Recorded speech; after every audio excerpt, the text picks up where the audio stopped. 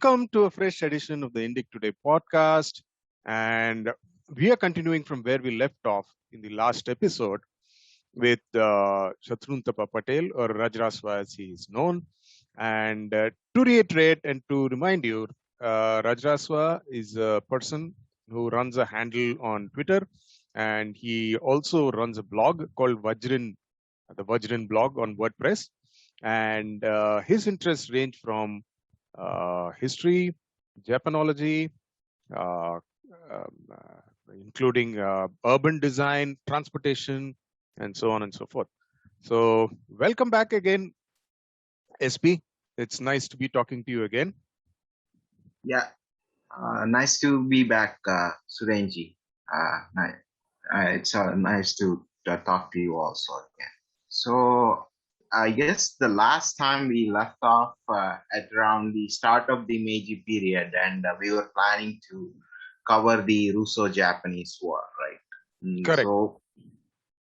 So before we get to the Russo-Japanese War, I just want to take a slight step back because the cause of that war is tied up with the another important war, the first Sino-Japanese War, right? That took place in 1894 and lasted till 1895, right? So I'll just briefly go through that war, because without understanding that, it will be hard to understand what happened with Russia, right?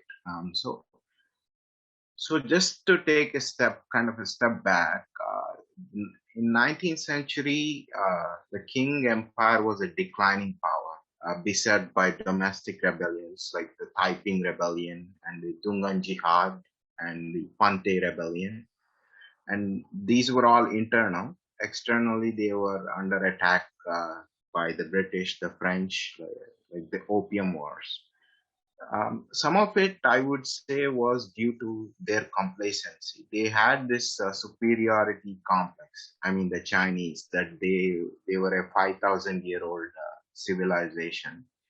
So they felt like they didn't need to learn anything from the foreign barbarians, as they called them. This is unlike the Japanese. Even the Japanese, who called the Westerners as foreign barbarians, still recognized that they had a lot to learn from the Western powers. So, just to interject, I think both the Chinese and the Japanese were very very unabashed and in using terms like Guaylo or Gaijin or Yi. Yi was the generic term for the foreign barbarians in Chinese, and they were very unabashed, and I think it's part of the public discourse even now in those countries. See, Gaijin simply means outsider today in Japanese, but in this period, I'm not sure exactly what the term used was, because it must have been different from Gaijin, because Gaijin simply means outsider or foreigner, whereas in this period they're almost always referred to as foreign barbarians, right? So I'm not sure what term they use, but at least in this period it was normal to call them barbarians or Western barbarians, right? So yeah, to go back to the Sino-Japanese War, so if we take a little step back, you had just to give an example of the Chinese predilection for only looking at things, focusing on internal events. You had an intellectual by the name of Wei Yuan. He wrote text introducing about Western nations. This was shortly after the Opium Wars, and his aim was to introduce his fellow countrymen to things of the West, so that they can learn about the West and hopefully avoid a repeat of the Opium Wars, because he wanted China to reform itself. But the strange thing is his book seemed to have provoked more interest in Japan than among his than among his Chinese audience. I think it went through 20 reprints in Japan. almost all the prominent Japanese intellectuals of the 1850s read it, and they also criticized what they felt were some of his wrong points. But they also took in a lot of useful information about the conditions in China and what happened in the Opium Wars and so on. Even see, last in the last podcast, I said the Kokugaku school was kind of a xenophobic in that they wanted to do away with Confucianism and Buddhist influence as well. But that's kind of a simplification. They had a negative view, but even one of their outstanding representatives, besides Norinaga, is Hirata Atsutane, right? And he says, like I'm just directly quoting him, he says, Japanese should study all the different kinds of learning, even if they're foreign, so that they can choose the good features of each and place them at the service of the nation. We may properly speak not only of Chinese, but even of Indian and Dutch as Japanese learning. This fact should be understood by all Japanese who delve into foreign studies. So his point was there was nothing wrong with studying foreign ideologies or foreign science, but always have to keep in mind that this is all to enhance Japan as a nation. So whatever is useful for Japan to become stronger, those ideas have to be incorporated, and the rest are discarded. So, so the Chinese at this period were very inward focused, and this comes across later in the lead up to the war too. So now moving on to the war, the immediate cause of the war was control of Korea, and in this period, Korea was also a very closed society. It was called the Hermit Kingdom because it was even more closed than Japan and the Qing Empire. And it was also a tribute paying state of the Qing Empire.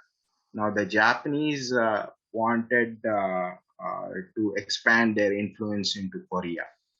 Just as the Europeans expanded their influence into Japan, the Japanese wanted to enhance trade relations with Korea. So, in so to this came into conflict with the Chinese because the Qing Empire uh, was was receiving tribute from the Koreans, and they felt that the Japanese were pushing into their sphere of influence by these acts. So, I have a mm, question here. You mm, said that this actual conflict on the ground happened in the 1890s, but mm, Japan, had expansionist designs on Korea for a long time. As we saw in the earlier podcast, mm, Hideyoshi mm, had actually sent an expeditionary yes, force, a very yes, large expeditionary force.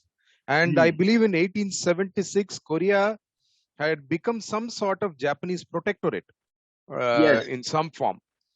So there yes. was this, and Yeah, it was going back, and I mean, see, internally there were even calls for an invasion. I believe in the 1870s itself. See, the one of the root causes of this call was the extinction, the proposed extinction of the samurai class. Now, because the samurai were just eating up stipends at this point, they were receiving stipends from the government, and the government because the government couldn't just at a stroke abolish them right away. So but the Meiji leaders were proposing that the eventual goal is to abolish the samurai class. Now, Saigo Takamori, who is one of the main leaders of the Meiji Restoration, he wanted to preserve as much of the samurai class and its ideals as possible. And one of his proposals was to keep this samurai class employed. He proposed an invasion of Korea. He even volunteered. He's even said to have volunteered to go to Korea on a diplomatic mission. And provoke something from the Koreans so that he would get assassinated, and that could be used as a pretext for an invasion of Korea. But in this period, Okubo Toshimichi, the other Meiji leader, said this is foolhardy. Japan is not strong enough to undertake any such thing at this moment, and our best course of action is to persuade the Koreans to open up for trade and reform their system so that they don't get left behind. And that is what they did in this early period.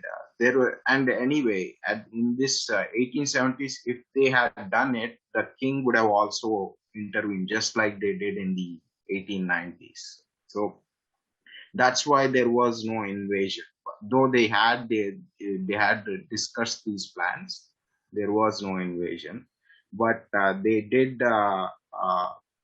cultivate Korean reformists who were inspired by Japan, so and sort of loyal to, not loyal to Japan, but pro-Japanese, I would say, because they felt that Korea needed to go in Japan's direction in terms of reform, rather than following the King Empire into decline and senility, right? And this was all happening. So when we jump to the if we look at it, Korea seems to have been in play for a very long time as a thing of contention between Japan and whoever was the power in Manchuria at that time. And the king being a Manchurian origin power would have natural ambitions on Korea. And, just to step back, Korea, the key attraction of Korea is that it was agriculturally rich, if I'm not wrong, and well stocked with population, people. Even at this early period, I think one of the contentions that came in between Korea and Japan was I think this came in by the 1890s, was the soybean exports. For a period, Korea stopped exporting because of the export of soybeans to Japan, and this was because of domestic conditions. Japan protested. So even at this early stage, Japan was becoming reliant on Korea for export of foodstuffs. So as you said, whoever controlled that Manchurian area was even the Manchu. Obviously, in 1630s they invaded and conquered Korea after they conquered the Ming Empire. And again, Russia would also be interested in Korea. We'll come to that. Yeah, we'll come to the Russian contention at some point in time. Yeah. So when we jump to 1890s, Korea was, we can say it was, the Korean elite were split into what I would call as the pro-king and the pro-Japanese, if you want to simplify things. And in 1890s, the domestic conditions in Korea took a turn for the worse, and a peasant rebellion called the Donghak Rebellion broke out. So to suppress this rebellion, the King Empire sent its own troops, and they helped suppress it. But at the same time, the Japanese also sent in their troops to help suppress this rebellion. And what essentially happened was neither side was willing to pull out first, because the Japanese thought that if they pulled out, the King Empire would simply reassert its influence in Korea and deprive Japan of its influence. And there was a lot of back and forth on who should pull out, and in the end, the king didn't budge, and neither did the Japanese. And what ended up happening was Japan declared war on the King Empire, and its first major task was to push out the King army from Korea, right? And And so this was the declaration of war. Now, when we now think of it, there is a lot of uh, I would call, I think the Americans call it Monday morning quarterback. You know, there is a lot of post facto analysis saying that it was a declining King Empire that was beaten by Japan and so on, a weak China. Right?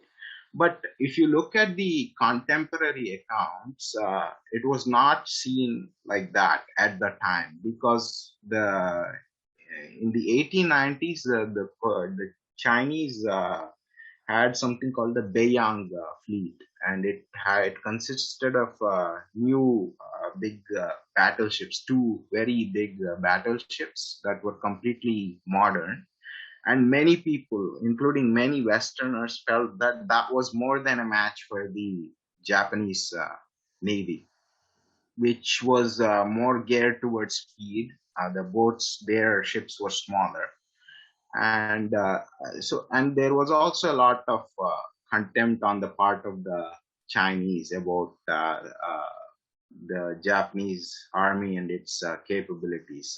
They did not properly assess how Japan was doing, because they thought all this, dressing up in Western uniforms, and taking to the Western calendar, and all this was so much superficial imitation of the barbarians, and we have nothing to fear from them.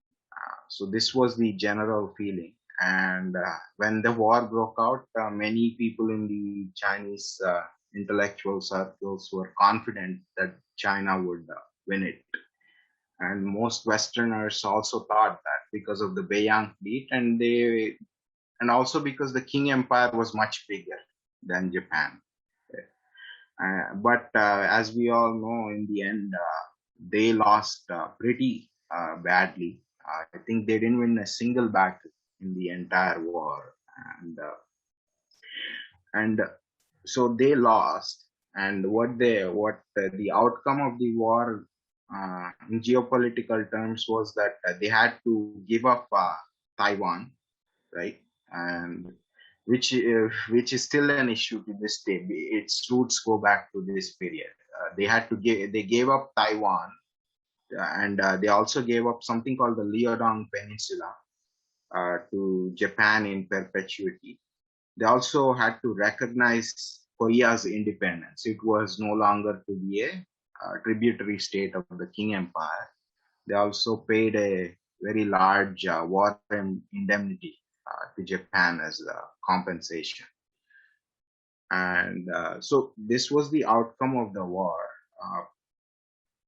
Now, two things I want to remark on. One was this was the immediate outcome. The other outcome was that the loss in this war was a complete shock to many Chinese intellectuals, because they saw that this what they thought was an upstart completely tipped the scales on them and bested them.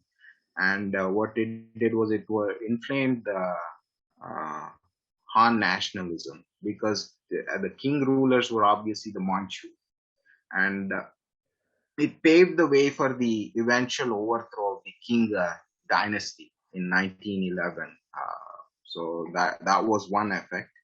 And closer to home, this war actually was closely followed by Balagangadhar Tilak. He used to follow foreign affairs very closely, and he wrote articles on this war as it was going on, and he foresaw this awakening of Han and nationalism. He predicted that this defeat would give rise to patriotic feeling within China.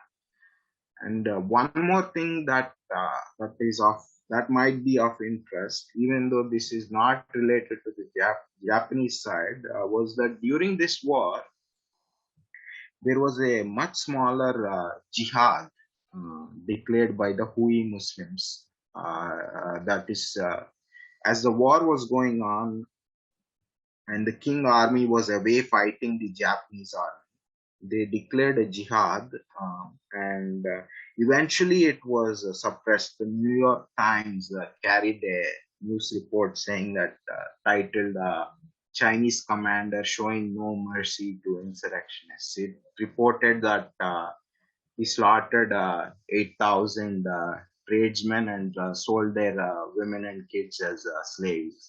I mean, tradesmen meaning the Muslims, right? So this is something interesting because we usually hear about the much larger Dungan Jihad that was put down by the late 1870s and the Panthe Rebellion, but this also happened during this war.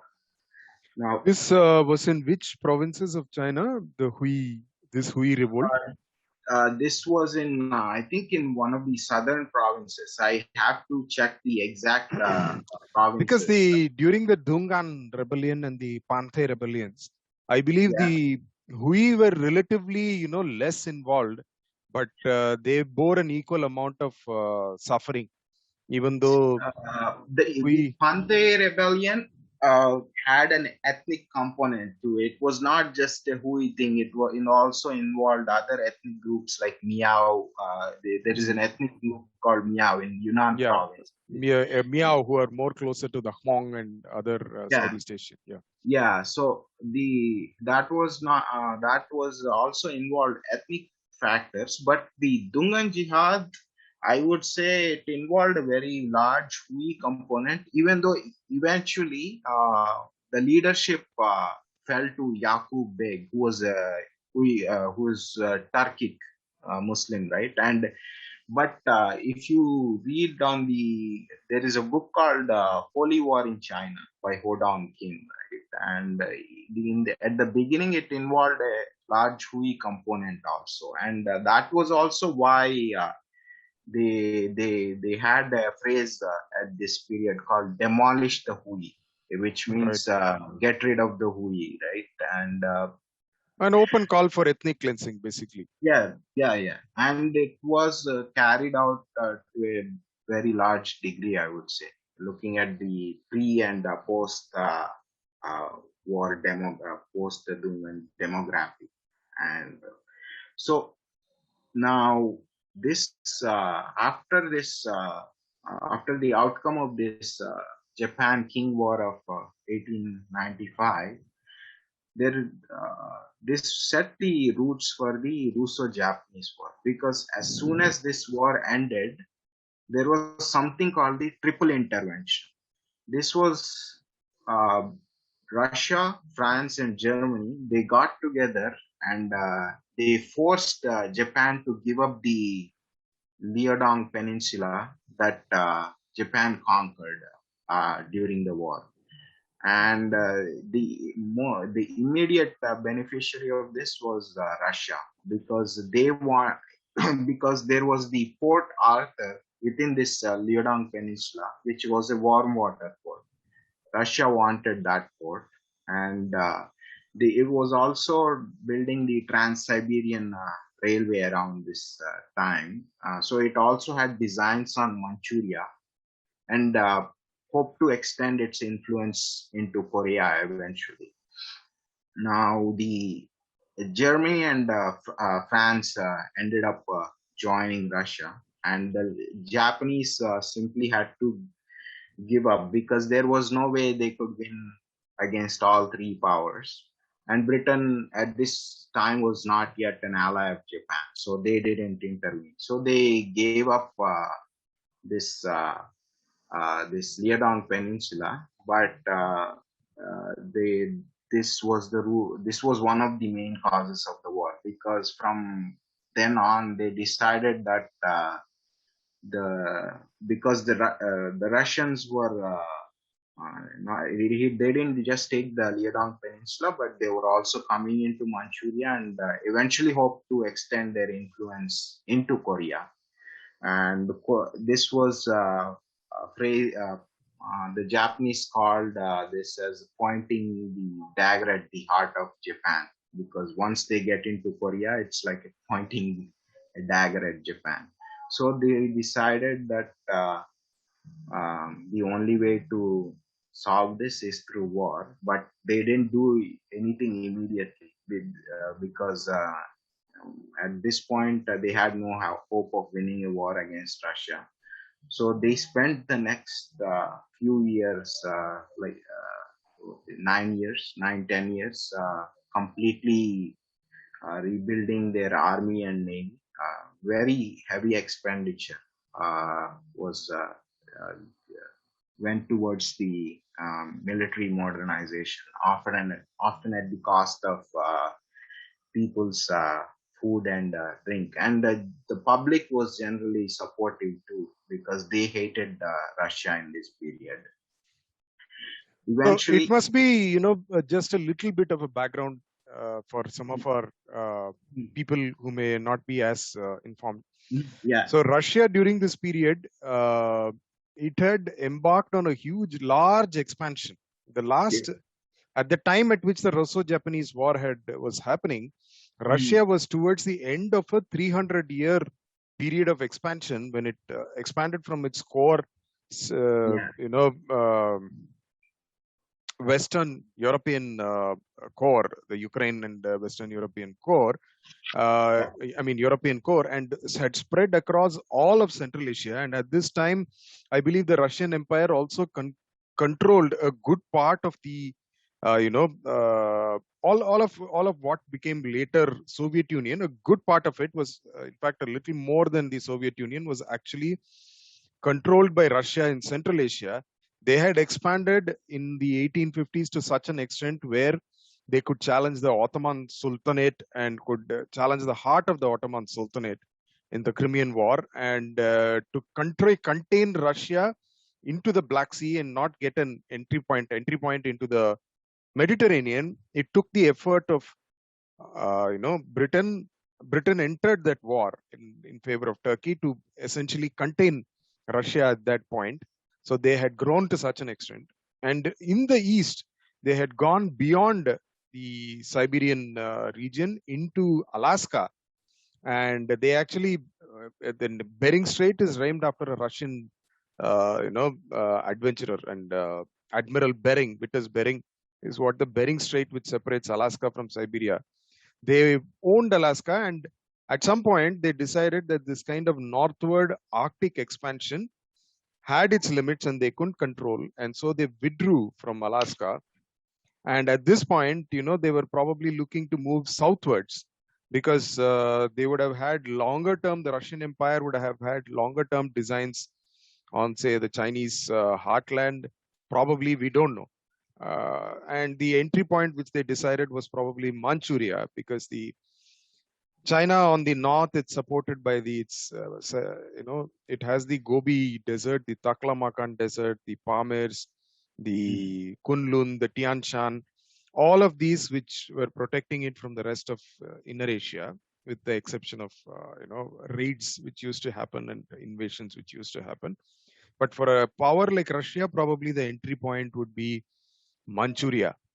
And therefore, I suppose the control of Manchuria and control of Korea would be a very big, important feature of leverage for Russia to, dominate the Pacific Ocean. yeah. And the other important fact here is the warm water port. Vladivostok was not a warm water port, right? And Exactly. so they always wanted a warm water port in the Pacific as well. And so this was one of their aims. And Russia was also going through a huge, just like Japan, Russia was also going through a modernization drive under Sergei Witte, one of the ministers. He was industrializing Russia at this time. But interestingly enough, he opposed the war. He felt that the time had yet not come, and there was a, if and he felt that if Russia lost the war or did not do as well as hoped for, then there was a very real threat of revolution within Russia. So he opposed the war, and so anyways, the one other interesting fact, in the 1861, the Russians briefly uh, occupied the coastline of Tsushima Island, and they wanted to establish a year-round anchorage on that island's coast. Fortunately for the Japanese, they managed to get the British to show up with their own warships, so the Russians departed. So all these the Japanese had in mind, and so they drew first blood in this war. They attacked first, and I won't go into details of what exactly went on in the war.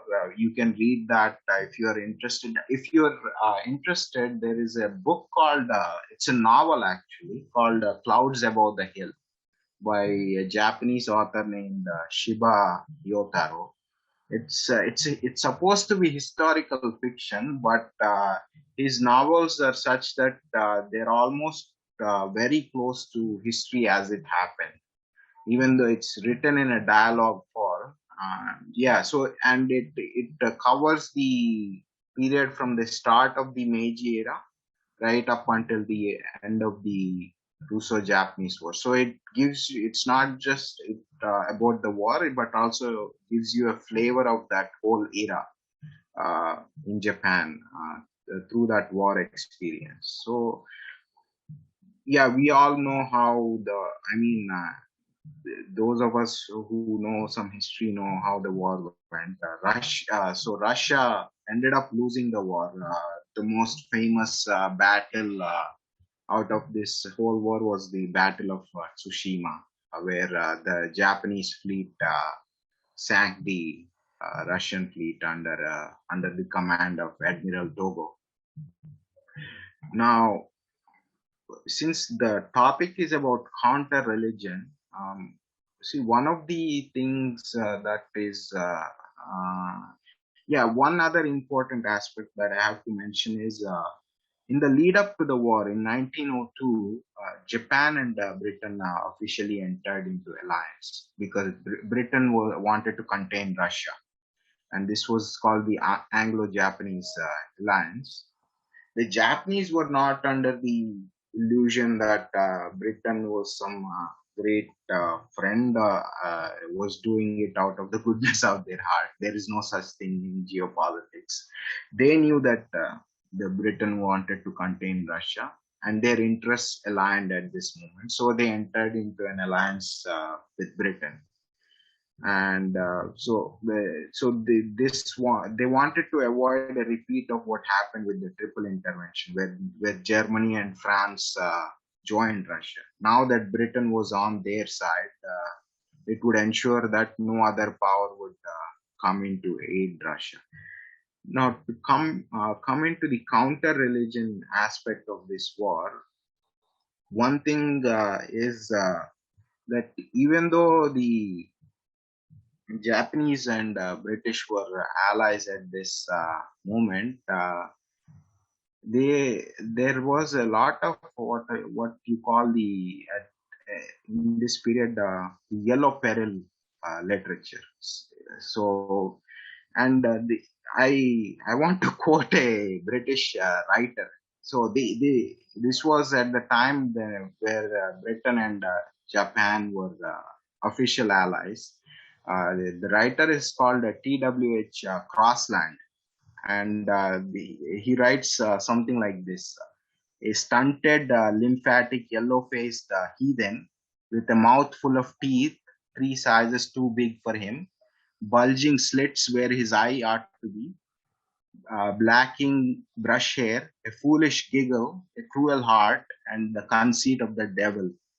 And he goes on to say, after some more ranting, he says, it is a grave question whether Japan, with her marvelous gifts of imitation, her extraordinary energy, her cunning rapidity, and her total want of conscience, is in the least likely to become a world power of the kind that Europe is likely to find useful or satisfactory. Indeed, the only restraints that could be put upon her are the restraints of the Christian religion. Can she be brought to submit to them? Does she desire in her heart to submit to them? Will she ever be other than pagan and heathen and cruel and unconscionable under the surface? The answer is no. So this was not isolated. This was typical of that era. Uh, Not just about race, but also about religion. And the another interesting fact was the German Kaiser, who was the cousin of the Tsar Nicholas. He was also quite a bit into this yellow peril stuff, and he encouraged the Tsar to go to war, and saying that those yellow heathen monkeys need to be put down, and so this was the counter religious aspect. Now at the end of the war too, this played a role. See, in the peace negotiations took place in America, with America and Theodore Roosevelt acting as the mediator between the Russians and the Japanese. And it's interesting, the Russian ambassador was a man named Count Cassini, and he says that I'm just quoting: the ambassador orated vehemently against Japan and the Japanese, saying that Japan attacked the harbor of Incheon in Korea and sank two Russian battleships without warning. This was a war between a Christian nation and heathens, and that unlike those little yellow monkeys, a likely concoction of William II's yellow and Nicholas II's monkey. Uh, so unless those little yellow monkeys were put down, Christianizing Asiatic countries would be impossible. That the mighty Russia would beat the vicious upstart in a few months. This was all there in the background to the war. So this was the counter-religious aspect that was going on. And another interesting fact about this war is the role played by Jacob Schiff. Now he's the American Jewish banker who hated the Tsar for what he perceived as the Tsar not doing anything about attacks on the Jewish minority within the Yes. Russia by the Constant. Christian. Yeah, there has been a constant series of pogroms on Jews in Russia. Yes, and he hated the Tsar, and one of the things that Japan lacked in this war was the financial power. And he helped arrange, because he was a big banker, he helped arrange huge financial loans for Japan in this to help fight the war. Later, he was also recognized for his services and was officially decorated by the Emperor Meiji. So this is an example of the Japanese exploiting the internal fault lines within the Abrahamic religions, and in this case between the Jews and the Christians, to score a goal. And so this was there. And another interesting character around this period is Jack London. The author Jack London. I think he's famous for his White Fang. Yeah, White Fang and Call of the Wild. Yeah, so he was a war correspondent. He was a frontline war correspondent for the Russo-Japanese War. And he recognized both the racial and the religious aspect of the war, and the war seems to have provoked him into writing a short story. It was called the Unparalleled Invasion. It's set in far into the future. He envisions a war between the Chinese and the Anglo-Saxons. So in his setting, the war starts off with the Japanese tutoring the Chinese, hoping to use the Chinese against the West. But the Chinese eventually throw off the Japanese yoke, and they decide to take on the West themselves. And because of their amazing numbers, like at that time, I think China, the Qing Empire had something like 400 million people. So he says because of their amazing numbers, the Chinese get the better of the Anglo-Saxons at the start. But eventually, the Anglo-Saxons win the war. He says that they will use biological weapons and exterminate the Chinese, and the whole of China would be repopulated with Anglo-Saxons. So this was his futuristic Sounds story. like something out of Mein Kampf. You know, Yeah. Mein Kampf. Hitler had similar fantasies about emptying Yes. out the eastern part of Europe and repopulating Russia. it with Yes. emptying out Russia and Ukraine and repopulating. I mean, he called them the Untermensch, and Yes. repopulating them with the Germans. Yes. So yes. in this context, I'd like to probably draw your attention to the Japanese-American relations at this time. And since the Americans had been the people, the power that opened up Japan 50 years back in 1853, they had been, the American Protestant missionaries had been quite active in Japan in those last 50 years, making, whatever attempts they were making to Christianize the Japanese. And, at this point in time, it seems to me, before the First World War, the period before the First World War, in terms of, the American viewpoint, they were looking at Japan as possible Christianizable. It was possible, had hopes of Christianizing them, A, and B, having a Pacific, a counterpart across the Pacific. And several Japanese diplomats also seem to have, fed this American idea, such as Baron Kaneko and so on. And American leaders at that time, foreign or secretary and so on at that time, seem to have remarked how so like ourselves these Japanese are. Whereas their anxiety about the yellow peril, which still continues to this day, the Anglo-Saxons' anxiety about the yellow peril still continues to this day. The yellow peril, I think, had its genesis in the 1870s when Chinese laborers immigrated in large numbers to America, and they threatened to, the Americans, the white Anglo-Saxons and Americans were felt overwhelmed by their, they were not Chinese labor. By cheap Chinese labor. And they probably looked at Japan as a Christian, honorary white alternative to this, this yellow peril. And I have, read some very old American books which were written just after the Second World War, just after the Japanese capitulation.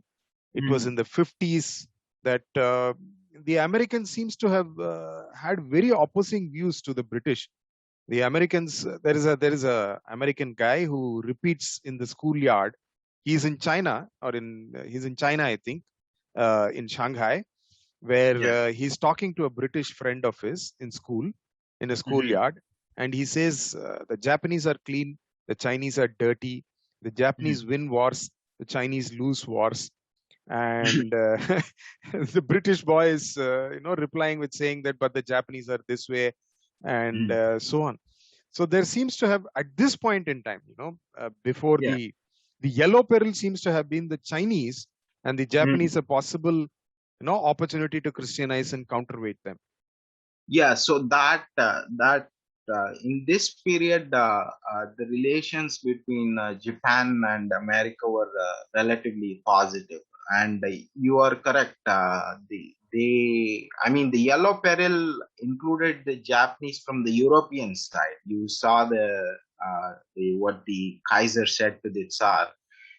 But from the American side, there was not so much of that. In fact, Theodore Roosevelt, who was the president of the US at this time, he even claimed that as the war was going on, he claimed that the Japanese were in some ways closer to our Anglo-Saxon race than the Russians are. And I don't think he was entirely being tongue-in-cheek. He Yeah, might is and so this and from the Japanese side too, at this in this early period, America had yet to become the expansionist power it would later become. So they had just colonized Philippines and Hawaii, and but they were not full-fledged colonial empire like the European powers were, and there was a lot of warm feeling on that count, and also when Ulysses Grant visited Japan, the visit went very well, and so in this period the relations were relatively cordial, but they changed very quickly soon after the Russo-Japanese War. yeah, They changed very quick. yeah. When it seemed So that the Japanese would actually be a threat, and yes, the chances of Christianizing them didn't yeah, look so and bright. it changed within Theodore Roosevelt's mind itself. Mm. His own mind changed on this, seems to have changed on this question about Japan. We will come to that eventually when we discuss the the lead up to World War II. But to go back to the Russo-Japanese War, from our perspective, from the Hindu perspective, this war it's largely, I would say, forgotten nowadays within in India and even in worldwide, because it got overshadowed by the World War I, World War II. But at that time, this war had a very big impact on our national movement, because as I said, Tilak was a close follower of foreign events, and even before this war started, he told the Hindus to go study Japan, and interestingly enough, he is even said to have written a com- uh, paper comparing Shinto and our Vedic Dharma. Manasa Mm. Tarangini was shown the paper by some of his descendants. He told me this privately, but unfortunately, it is nowhere online and he cannot get a hold of it now. But it does show what a wide range of interests Tilak had, and he told his associates to study countries like Japan, Ireland, and Germany. These three countries he recommended the Hindus to study, and one of a couple of these associates, I will mention are Vasukaka Joshi, and another one was called Kadilkar. I unfortunately can't remember his first name now, and this they both went to Japan and even started language classes apparently once they got back to Maharashtra. And uh, Manas Tarangini communicated to me this privately. So this Kadilkar, he even convinced the Nepal Maharaja to send Nepali students to Japan to learn from them. And just one more thing is the in the due in 1900 there was a drought in Maharashtra, and so Vasukaka Joshi he used to run the Chitrashala press at this time, and he took a trip to Japan at around this time, and it seems he made contacts there, and he convinced the. I guess it was because of him the Japanese government agreed to provide some financial help to the drought-stricken people in Maharashtra. And interestingly enough, after the war, after the Russo-Japanese War, Kesari, which was Tilak's paper, it led the effort to return the favor by providing monetary help to the Japanese veterans of the war. They sent 2,000 rupees they collected from the Maharashtra public to Japan to help the Japanese soldiers of the war. And it's not just Tilak. I had come across a book called "The Impact of the Russo-Japanese War on Indian Politics," and they many other figures wrote about this war. I think in Tamil, Subramaniam Bharati also commented on this war and its effects. Yes, yes. Yes, and now those were the intellectuals, but this did not stop with the intellectuals. It seeped into the general public because I came across a very interesting book called "The Renaissance in India." It's a missionary aspect by a missionary named C.F. Andrews. He wrote it in 1912, and in it he says that I quote him directly about this war. He says, one of the older men said to me, there has been nothing like it since the mutiny, that is the 1857 mutiny. This was all general public. And he also gives a very interesting story of a Hindu young man who went to a Christian missionary school and is thus influenced by missionary padres. He gives this story of him. And I'm quoting directly from his passage. His thoughts and ambitions had centered in his family and in his caste. He had very rarely looked beyond these towards India as a whole. Then came the great Russo-Japanese War, which set him thinking. He began to have a wider outlook. Day after day, the news of fresh victories came from the Far East. At last, he heard of the complete overthrow of the Russian fleet in the Straits of Tsushima. That night, he told me he was quite unable to sleep. The vision of his own country came to him in an almost objective form. She seemed to rise in front of him like a sad and desolate mother, claiming his love. And he goes on to say that when I last heard of him, he had definitely joined the ranks of the Arya Samaj and was engaged in administering uh, relief in a famine-stricken district. So he joined the national movement just because of the impact of the Russo-Japanese War had on him. So, and he also says that he talked to our Hindu intellectuals and both the Hindu and the Muslim intellectuals of India about this war. And he says the Hindu intellectuals seem to uh, regard more the inner significance of the event. He says the old time glory and greatness of Asia seemed destined to return. The material aggrandizement of the European races at the expense of the East seemed at last to be checked. The whole of Buddha land, from Ceylon to Japan, might again become one in thought and life. Hinduism might once more bring forth its old treasures of spiritual culture for the benefit of mankind. Now, interestingly, he also remarks that the Muslim intellectuals seem to regard things more from the territorial standpoint. He says the Musalmans, as one might expect, regarded the reverses of Russia chiefly from the territorial standpoint. These reverses seem to mark the limit of the expansion of the Christian nations over the world's surface. So, this is an interesting. These are some interesting observations as a result of this war within India. And one more thing I want to mention, I had come across a interesting speech by Subhash Bose.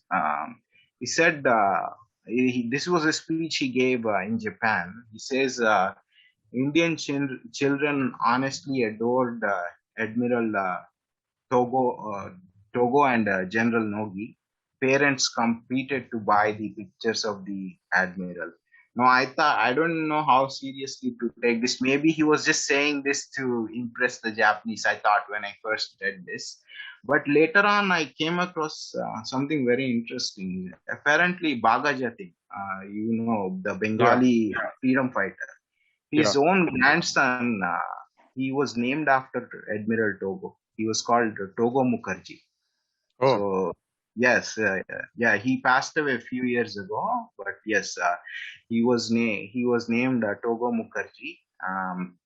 And he grew up in the Aurobindo ashram. So even the mother there, uh, he had a Hindu name also, but she also preferred to call him Togo only because she also had a liking for Japan. This war had an impact beyond just the intellectuals, though nowadays it's largely forgotten. Now, in terms of the counter-religious aspect, there is another interesting thing that we have to mention here, which is the Muslim reaction. As I said, C.F. Andrews already spoke about the what the Muslim intellectuals said. Now, there was another guy, Lothrop Stoddard, who was right.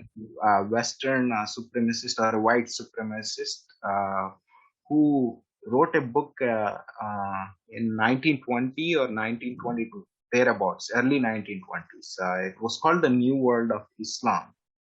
And he says very interestingly, suddenly the Muslims became very interested in Japan.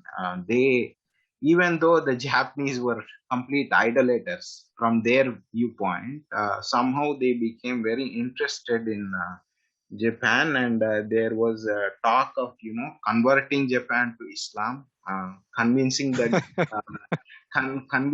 Japanese that by adopting Islam they can rule the world, right? This has echoes of what happened with the Turco-Mongols earlier on. Right, right.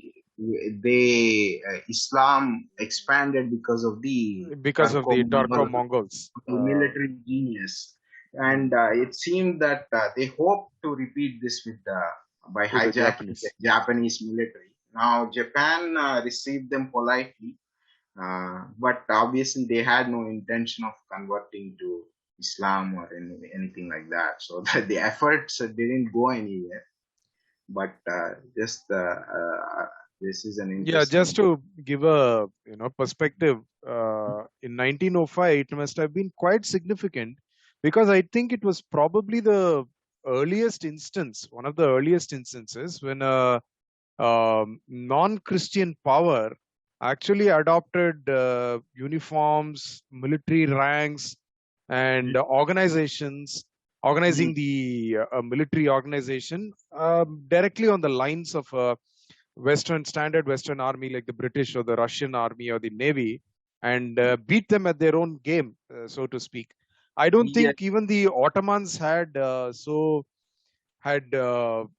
picked up the same structure. I mean, I think the Ottomans, even in that point in time, were relying heavily Mhm. on a lot of, relying heavily on irregulars in the Ottoman army. Yes, they had tried those so-called Tanzimat reforms, right? But they Yes. didn't go anywhere. Several nations tried, these kind of reforms, but they went nowhere. So, for example, China, the Qing Empire, I should say, also had its own self-strengthening movement at around this period.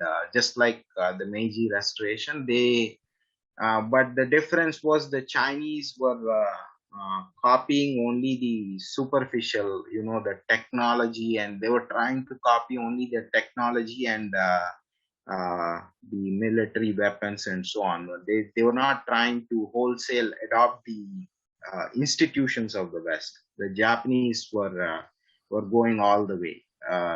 And so that was the difference. So yes, this was the first time in the modern era, depending on how you define modern, I guess, where a non-white and non-Christian power beat a white Christian power. So the last time it happened, I guess, in a significant manner, I would say, was the victory of focusing the Ming loyalists over the Dutch. Yes. He conquered Taiwan from the Dutch, right? And this was the second time. Now you could say that Ethiopia beat the Italians before the Japanese beat the Russians, but the difference is obviously Ethiopia is a Christian country, even though it was non-white, so this was different both in terms of religion and race as well. So it inspired not just I think the whole non-European world felt the impact of this event because you even had the black nationalists in America who wrote Dubois. about this. Yeah, yes, Dubois, who wrote about this. The Turks also had their own take on it, and yeah, so many different people had their own viewpoint on this war, right? And now, just one more thing about this relation of Japan with the Muslim world. As I mentioned, they tried to, they hoped to convert Japan. It went nowhere. But recently, I have come across an interesting book. I didn't get a chance to examine it, unfortunately, but Manasa Tarangini brought it to my attention only a few days back. It's a book about the Japanese relations with the Hui Muslims. It's called China's Muslims and Japan's Empire by Kelly Hammond. I only managed to get the summary, but it seems that in the 1930s, during the Second Sino-Japanese War, there was an attempt by the Japanese to whip up some form of jihad among the Hui Muslims against the Han. Just like all the other imperial powers of that era tried to whip up jihad against their enemies. So the Soviets also tried to do it in Xinjiang. So the Japanese attempted the same, but unfortunately, I can't give you much detail because I have yet to read the book. But if you are interested, or if any of our listeners are interested, they can check out that book. Now the next event I guess we want to cover is the Second World War, because I mean, just like with the Russo-Japanese War, I don't want to go into much detail about the battles and that sort of thing because the war it would take several hours to do it justice. But I just want to touch upon it where it is relevant to our topic of counter religion, mostly. So I remember in your email you asked whether that war itself was something inevitable that was to happen, and because just as we discussed, the initial relationship between Japan and America were largely positive. But I would say, looking at the literature, I think that war was always destined to eventually happen. Maybe it could have been delayed, but I think it was destined to happen. See, now, while the initial relations were positive, there was early on there was a sense of competition within the Pacific. So in the, I believe it was in the 1880s itself, the king of Hawaii, he came on a visit to Japan, and he proposed he had an American advisor tag along, which I think was a bad idea because he was just spying Yeah. on the king. So No, the American advisors were probably like the British residents in colonial yes, India. yes. Yeah. yeah, and he came along. In this period, Hawaii was not yet part of the United States. So he came along and he proposed to Emperor Meiji that Japan should take the lead in creating a sort of a pan-Asian alliance, including the Qing Empire, Thailand, and his own kingdom. Emperor Meiji said, uh,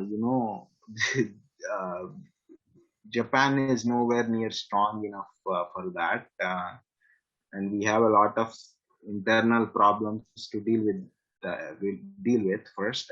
And besides that, China is always so arrogant that it is hard enough to keep peaceful relations with them, and they would never agree to join an alliance where Japan was of equal or even a superior partner in the alliance.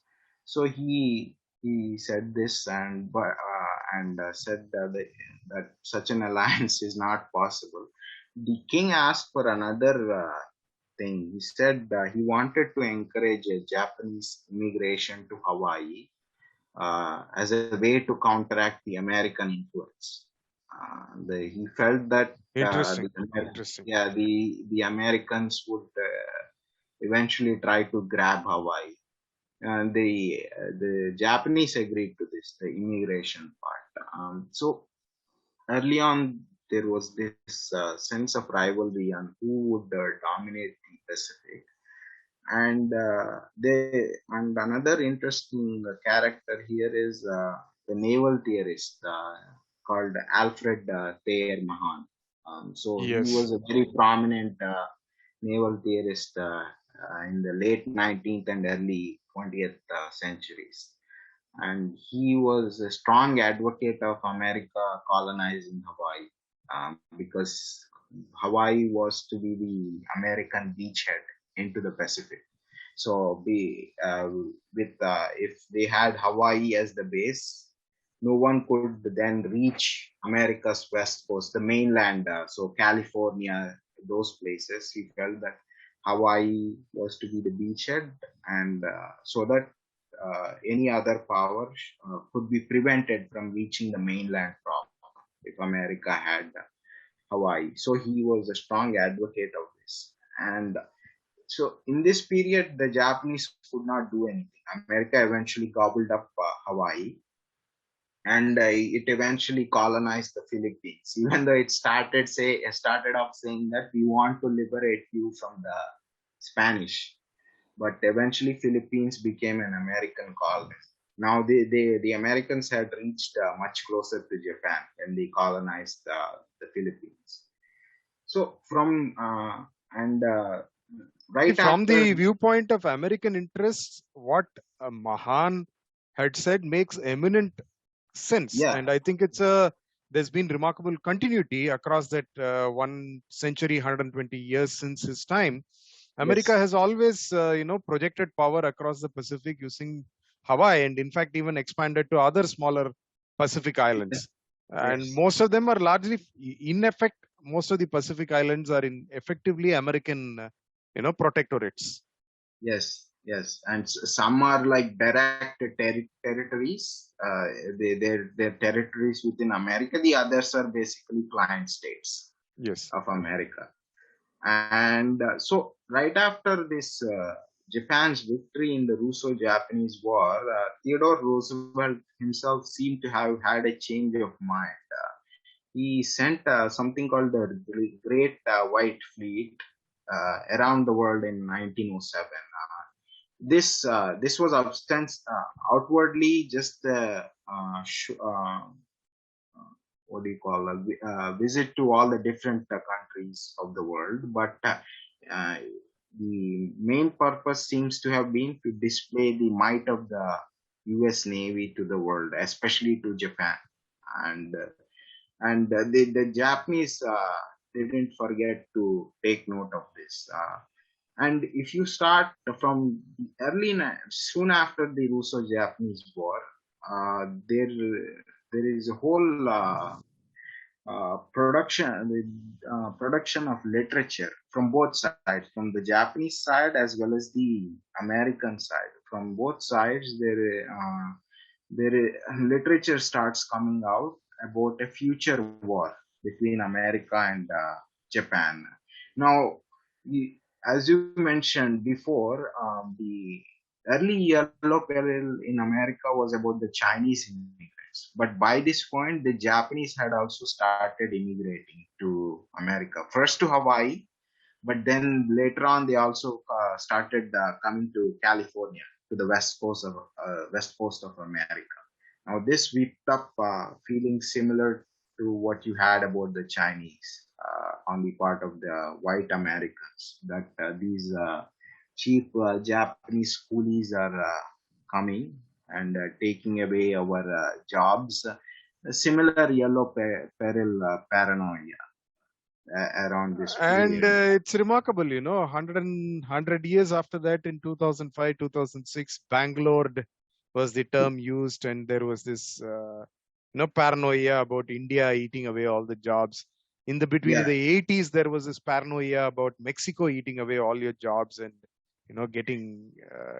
pulling away all your yeah, prosperity. And yeah, and the and not just India. Now there is a lot of paranoia. I mean, paranoia about China. Obviously, they blame China for stealing all their manufacturing jobs and so on. But I was just listening to the talk by that CCP Eric spokesman, Lee, unofficial Eric Lee. Yeah, yeah, yeah.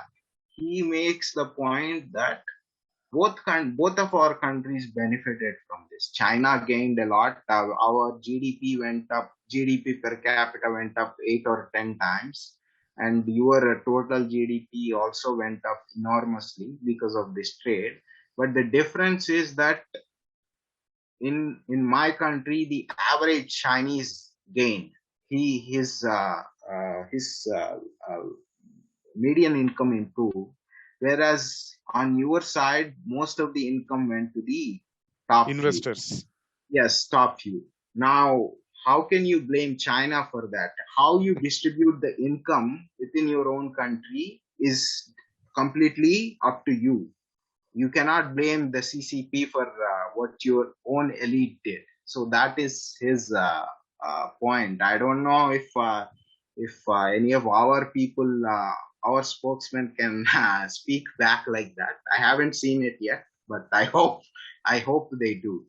If this point is brought up repeatedly, and so to go back, so around this time there is this yellow peril paranoia, and this offends the Japanese, obviously, when their immigrants are treated poorly in America. And I would say, if anyone is interested, there is a very interesting book called Black Ships by Naoki Inose. He was the ex-governor of Tokyo, and his book is completely about this kind of literature. He examines the literature advocating for war from the early 1900s to until the war breaks out, from both sides, from the Japanese side and the American side. So this feeling was definitely there, that from right after the Russo-Japanese War, that this feeling began, that America and Japan were destined to clash and determine who will dominate the Pacific Ocean. Now to jump ahead a little, the eventual cause of the war obviously would be the second Sino-Japanese War, and American support for China. American support for China. Now, you see, as we said, Japan, in the 1930s, Japan created a puppet state in Manchuria, the so-called Manchukuo. So And in 1931, there was an incident called the Manchurian incident, where which led Japan to invade China proper. So they had their puppet state in Manchuria, Manchukuo, but using this incident as the pretext, they invaded south of the Great Wall. Now the part of the Americans here is interesting. See, according to the American viewpoint at this time, there were two sides actually. One was the I think you said in your email. One was the missionary viewpoint, which was defined by people like Walter Judd, the American politician who was all for American support of the Chinese nationalists, and the other was Henry Luce. Henry He Luce. was the, Yeah. yeah, he was the son of missionaries to America. Sorry, missionaries to China. His parents were missionaries in China, and he was very influential in the sense that he headed the Life magazine, Yes. Time magazine, and both of them were all for American assistance to China because both of them hoped that Chiang Kai-shek, the leader of the Chinese nationalists who headed the KMT, that Chiang Kai-shek, being a baptized Methodist, would help them Christianize China eventually if America helped the nationalists. This was their motivation. The other motivation, obviously, is the commercial side. See, China had 400 plus million people. Now, this was an enormous market. It is for similar reasons that I think in your podcast you asked Manas Tarangni about this Bolshevik Revolution, whether it was something internal to Russia or brought on by uh, foreign powers, right? And if you look at the literature around this time, the Bolshevik, I'm just jumping to the Bolshevik Revolution as an aside. It's very clear that what we call as Wall Street today, it was very interested in this early period in supporting the Bolshevik Revolution for their own reasons. They hope that by overthrowing the Tsar, the Russian market would be opened up to the international capital, and Russia's enormous resources. Even today, Russia has enormous resources, both in terms of minerals, oil. All this could be exploited. One interesting fact here is that just to give you an example of the role the international or the Wall Street played in bringing about the Bolshevik Revolution. You heard of George Kennan, right? The famous Yes. US diplomat. Yes. Yes. He had a cousin, also by the name of George Kennan. He was an explorer and also a journalist. Now, he was on the payroll of Jacob Schiff, the American Jewish banker. Now, Okay. he was in Japan at the time of the Russo-Japanese War, or I think if not in Japan, within that area of conflict. Now, he proudly says that he was responsible for inculcating revolutionary thought in 50,000 of these Russian prisoners of war. So he says that he disseminated revolutionary propaganda to these Russian soldiers that he hoped would go back to Russia and overthrow the Tsar eventually. And if you look at the reactions of these, for example, Jacob Schiff, right after the Bolsheviks come to power, you can read his telegrams to the New York Times. He says he sends a very hearty congratulations about the overthrow of the Tsar, and the similar reactions from the other banking family, the Warburgs in Germany. So that was very much there, where the outside forces initially hoped to profit from bringing about this revolution. Now, when we come to China, we can see the American.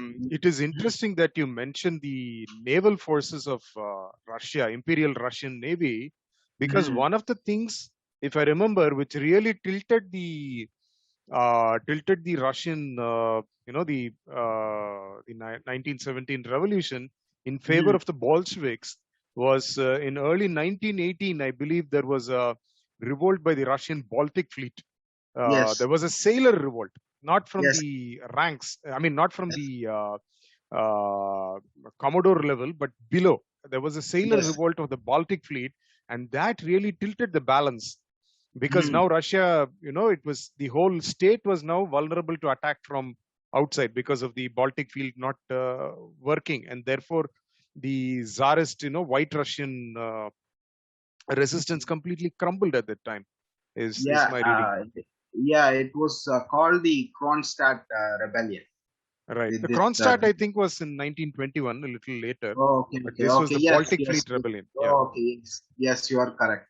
Right. Yeah.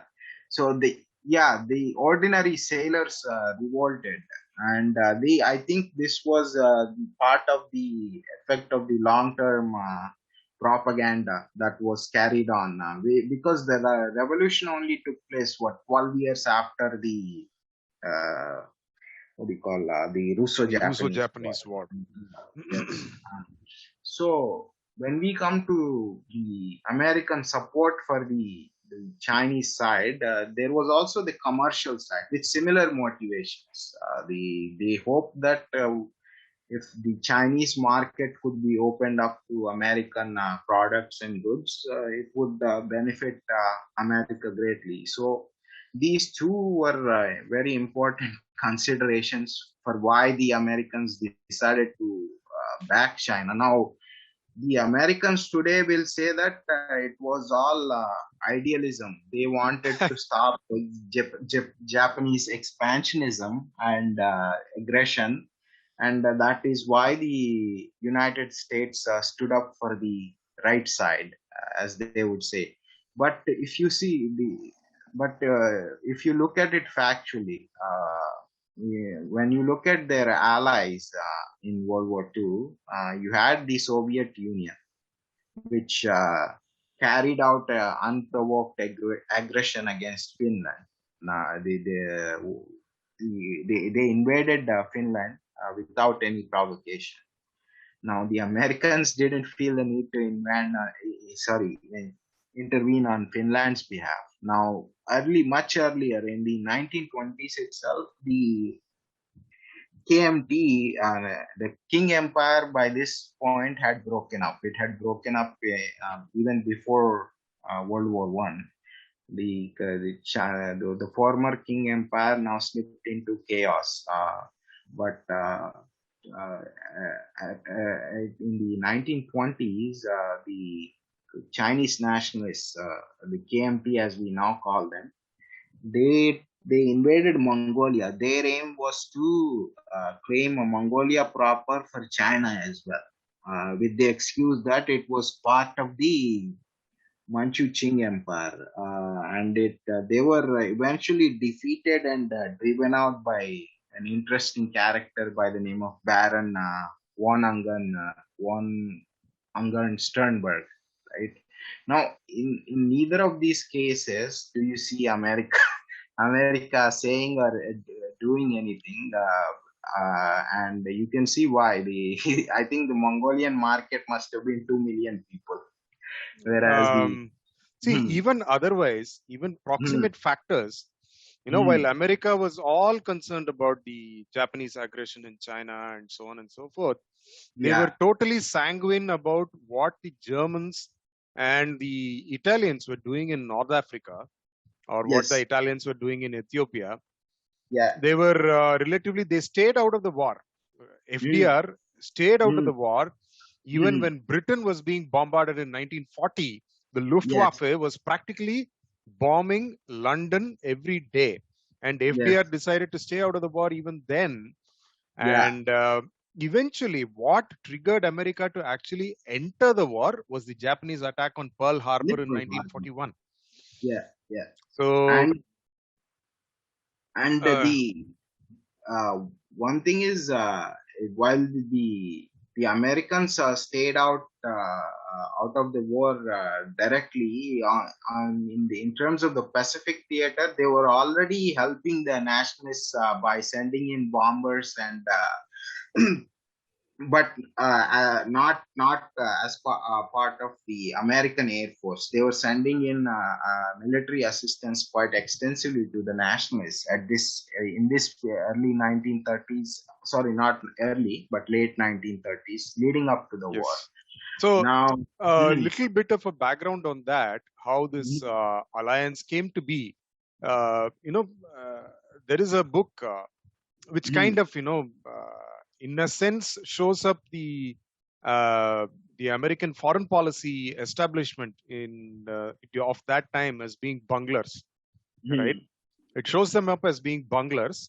But I mean, that's just one point of view. It may have been many of the things might have been well thought out.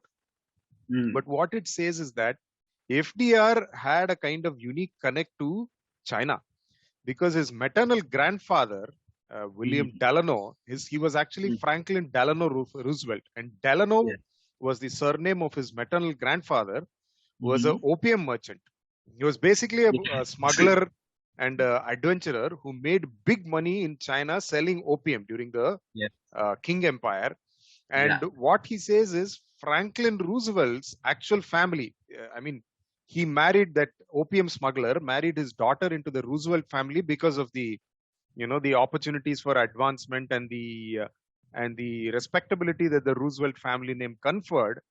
But actually, the Roosevelts, and especially Franklin Roosevelt, was not very rich. But he lived a very rich man's life because of this money from the opium trade. And he kind of papered over it, and he seemed to think just because his grandfather had sold opium in China 50 years back, he knew everything there was to know about China, and he relied on his close group of people. And there was this relationship that they had established between the American foreign policy establishment and Chiang Kai-shek's wife's family, the Sung family. Yeah, they were three sisters. Christians. They were Christians. Yes. Ailing, Mei-ling, and Sun-ling. They were these three Christian sisters, and their brother Charlie Sung, I believe, and Madame Chiang. She was kind of the she had a education in one of the premium American ladies colleges, and she was very well versed in the ways of America. And so she sold this idea that they were, we Chinese are actually just like you, just like America. We had 400 million Christians who are just like Americans. And the American public had absolutely no contact with the Chinese because of miscegenation and racial segregation and immigration laws. So the Chinese, they had no real contact with Chinese from mainland China. So they believed whatever the movies and their people told them. And you can, at this time in popular culture, again, I keep going back to popular culture because, a lot of the view of the people at the top can be seen through the lens of popular culture. So there was these two narratives in America at that time. If you look at your Flash Gordon comics, or if you look at novels, the detective novels, there is a supervillain, Chinese supervillain called Asian supervillain called Fu Manchu. And in Flash Gordon, the big supervillain is a guy called Ming, and he's very obviously with Chinese, Asian features, look like a Chinese guy. So there is this yellow peril fear. And at the same time, you had movies like The Good Earth, which made movie about the peasants of China, which showed them as, it was like, them where they had a Chinese dream, which was very similar to the American dream, which was property of their own and things like that. And interestingly enough, because of the labor laws, and because of labor laws, Chinese men could not play the role of a Chinese man in an American movie, and because of laws which did not allow American movies to show mixing between sexes of two different races, his wife also had to be an American white woman, and they had their eyebrows shaved to play Chinese people, I and see. it was a huge it was a huge this very very condescending piece of stuff was sold to American public, and apparently there were documentaries made to the American public, which would be shown in newsreels before movies in theaters in America, which showed Chinese children going to classrooms, which were like American classrooms, where they would learn English, starting with A for America, B for Britain, C for something, and D for democracy. Oh, And I see. it was part of the civilizing mission of the American to bring democracy to China. Speak, Uh, Speaking of movies, there was also a war propaganda movie called Why We Fight by yes, Frank Capra, yeah, in yeah, which the Japanese are shown as heathens, right, outright heathens, whereas the Chinese are portrayed as more akin to the Americans. Is just as you were saying that it seems like there was real belief that through Chiang Kai-shek, the 400 odd million souls could be saved from eternal damnation. And that seems to have been one of the American motivations.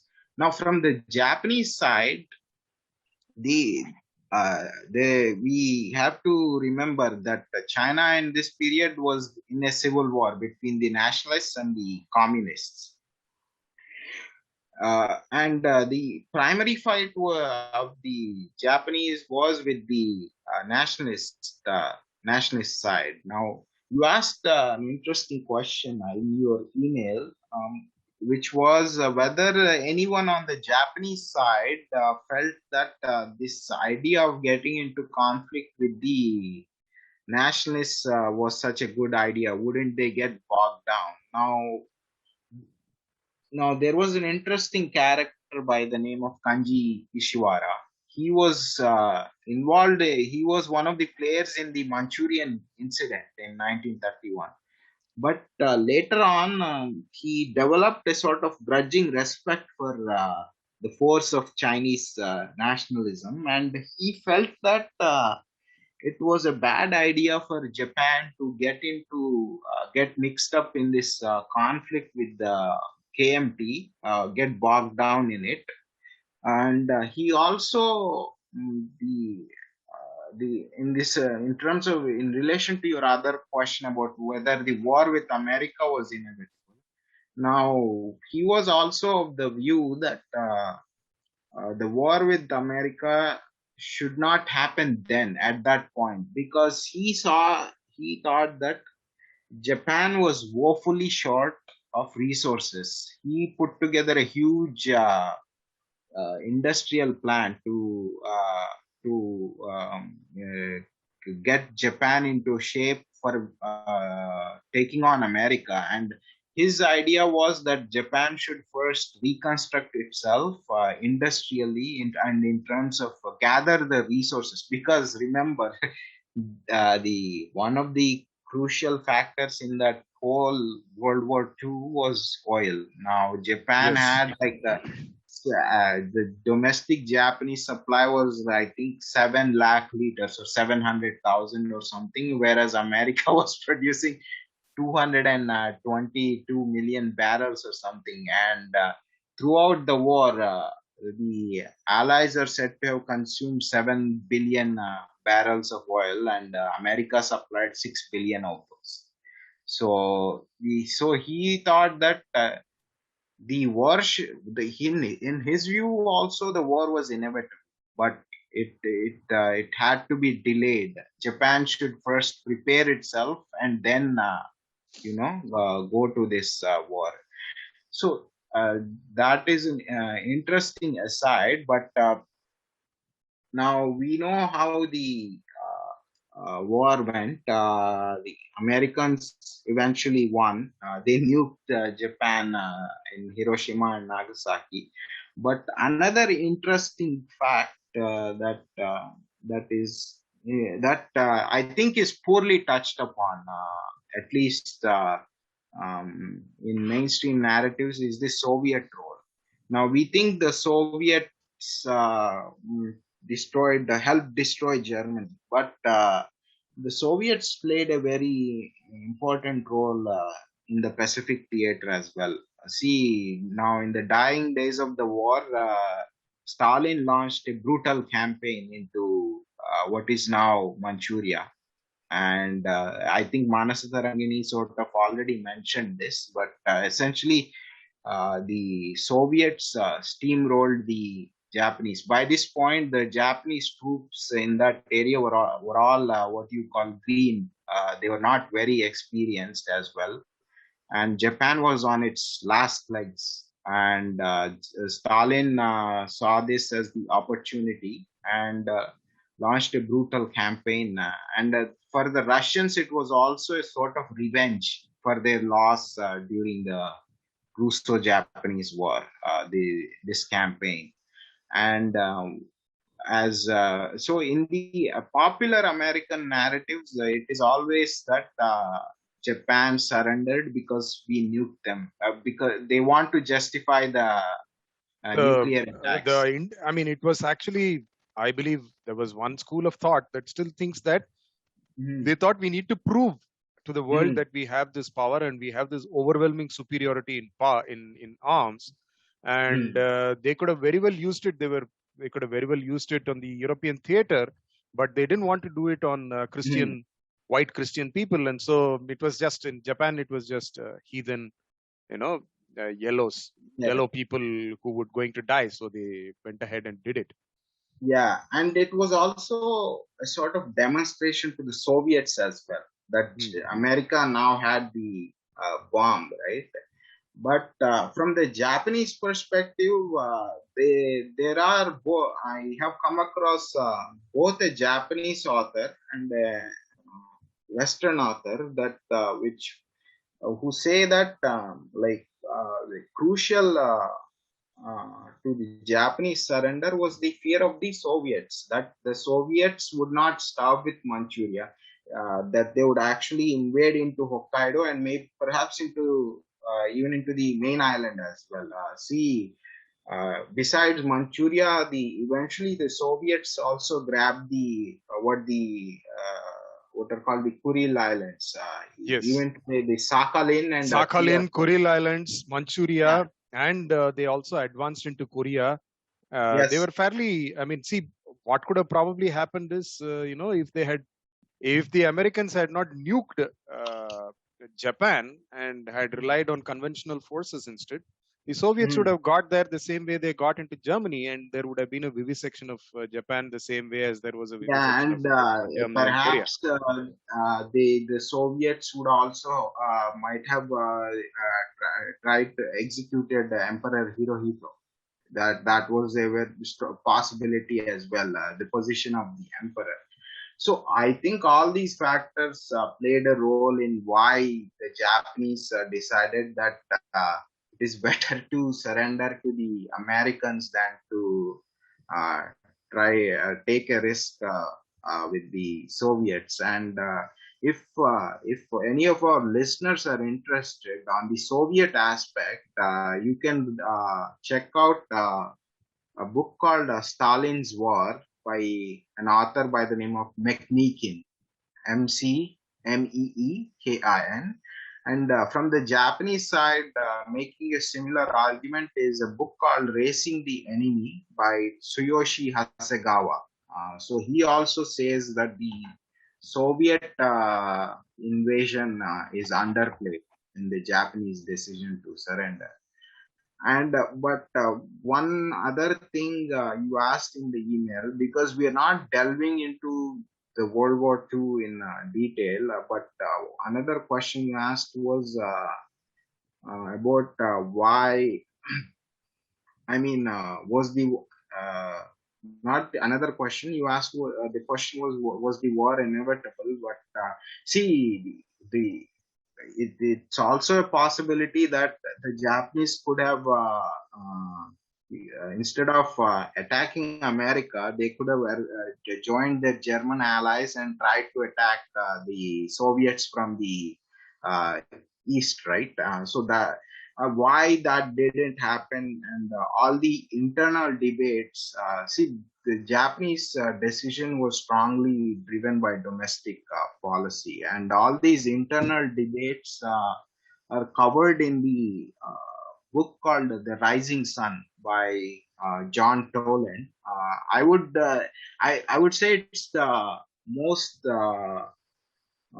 detailed book in English from the Japanese viewpoint, or as close to the Japanese viewpoint as you can get, because the author interviewed dozens of Japanese high-ranking Japanese military men who were involved in the war, and why they acted the way they did at various points. So if any of our listeners are interested, they can check out these books on why the war went the way it did.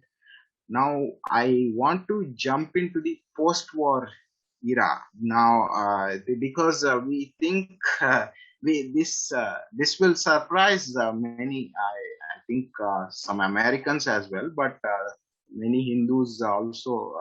I think because they have this impression that America is a secular society. That it is. How do you say it is truly secular? Not pseudo secular, unlike our our country. But see, right after the war ended, there was actually a determined effort on the part of the Americans to Christianize Japan, and this is not so well known. And even I was surprised initially about this aspect. And if you want to read about it extensively, there is a book called Soldier of God: MacArthur's Attempt to Christianize Japan by Ray Moore. So that's the book you can check out. But one news item exemplifies it. I saw a news item in Life magazine, 1949, 27th June 1949. The headline goes like this: "The arm of Saint Francis Xavier. Once again, it is raised on high in fight against Japanese paganism." Can you get any more explicit? Explicit than that. You're just saying Yeah, and, yeah, and what it even exactly you has intend to do. yeah, and it even has the picture of Francis Xavier's statue with a raised hand with with him holding a cross. So yeah, so after the war ended, now the Americans occupied Japan directly, and uh, MacArthur, you could say, was the uh, uh, foreign shogun of Japan, you could say, because he held a lot of power. A lot of decision making was based on his approval or disapproval, and there were other Americans who disagreed with this whole uh, Christianization plan of MacArthur, I should say, within the occupation authorities. But he had the final say, and he also had Harry Truman's approval for this project. And We'll take a pause here. Let me just yeah, pause for a second. yeah.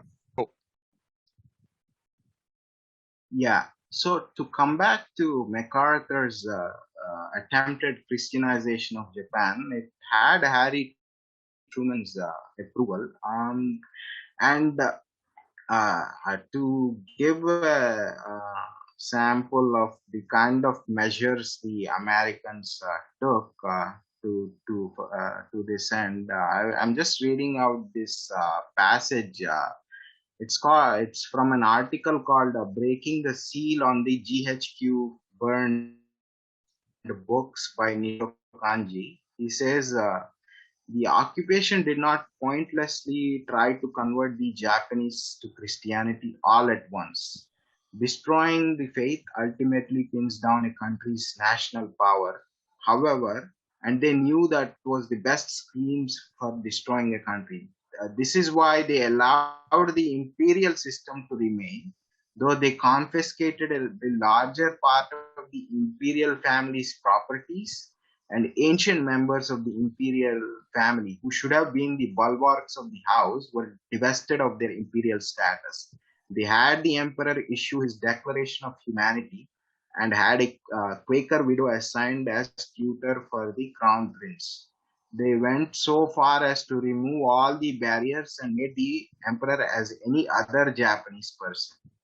This dressed up the imperial house as democratized. They set the time bomb that foreshadowed the eventual powerlessness of the imperial system some decades later. So these are some of the measures the Americans took. Now when he says they made the emperor issue his Declaration of Humanity, right? Now we have to remember in this period, the Japanese believed that their emperor was divine. Though divine, we need to understand not in the Abrahamic sense, with where is it? There is a supreme god or anything like that, but the emperor was a direct descendant of the sun goddess Amaterasu, and hence he was considered divine. The Americans forced him to, do a declaration of humanity, and as he says, they appointed a Quaker widow as the tutor to the Crown recently Prince. abdicated, emperor, that is Emperor Akihito. And so they did this, and there is another example to show how to show what lengths they went to.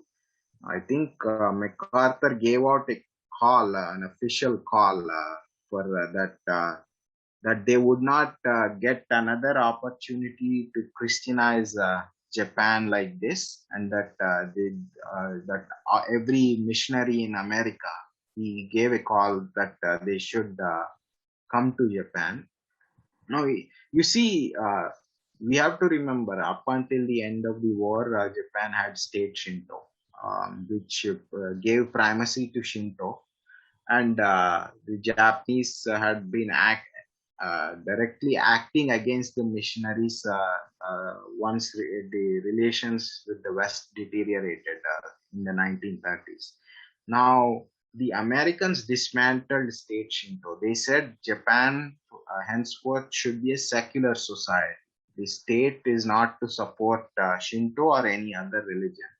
But during their direct occupation, when they gave this call for missionaries, there was a lady by the name of Ruth Sasaki. She was an American Buddhist woman. Now she applied to come to Japan under this missionary visa. Because she wanted to carry the message of Buddhism, and she was simply denied. What they wanted were only Christian missionaries to come to Japan, and there was a response to this call too. Japan was flooded by thousands of missionaries, and MacArthur also had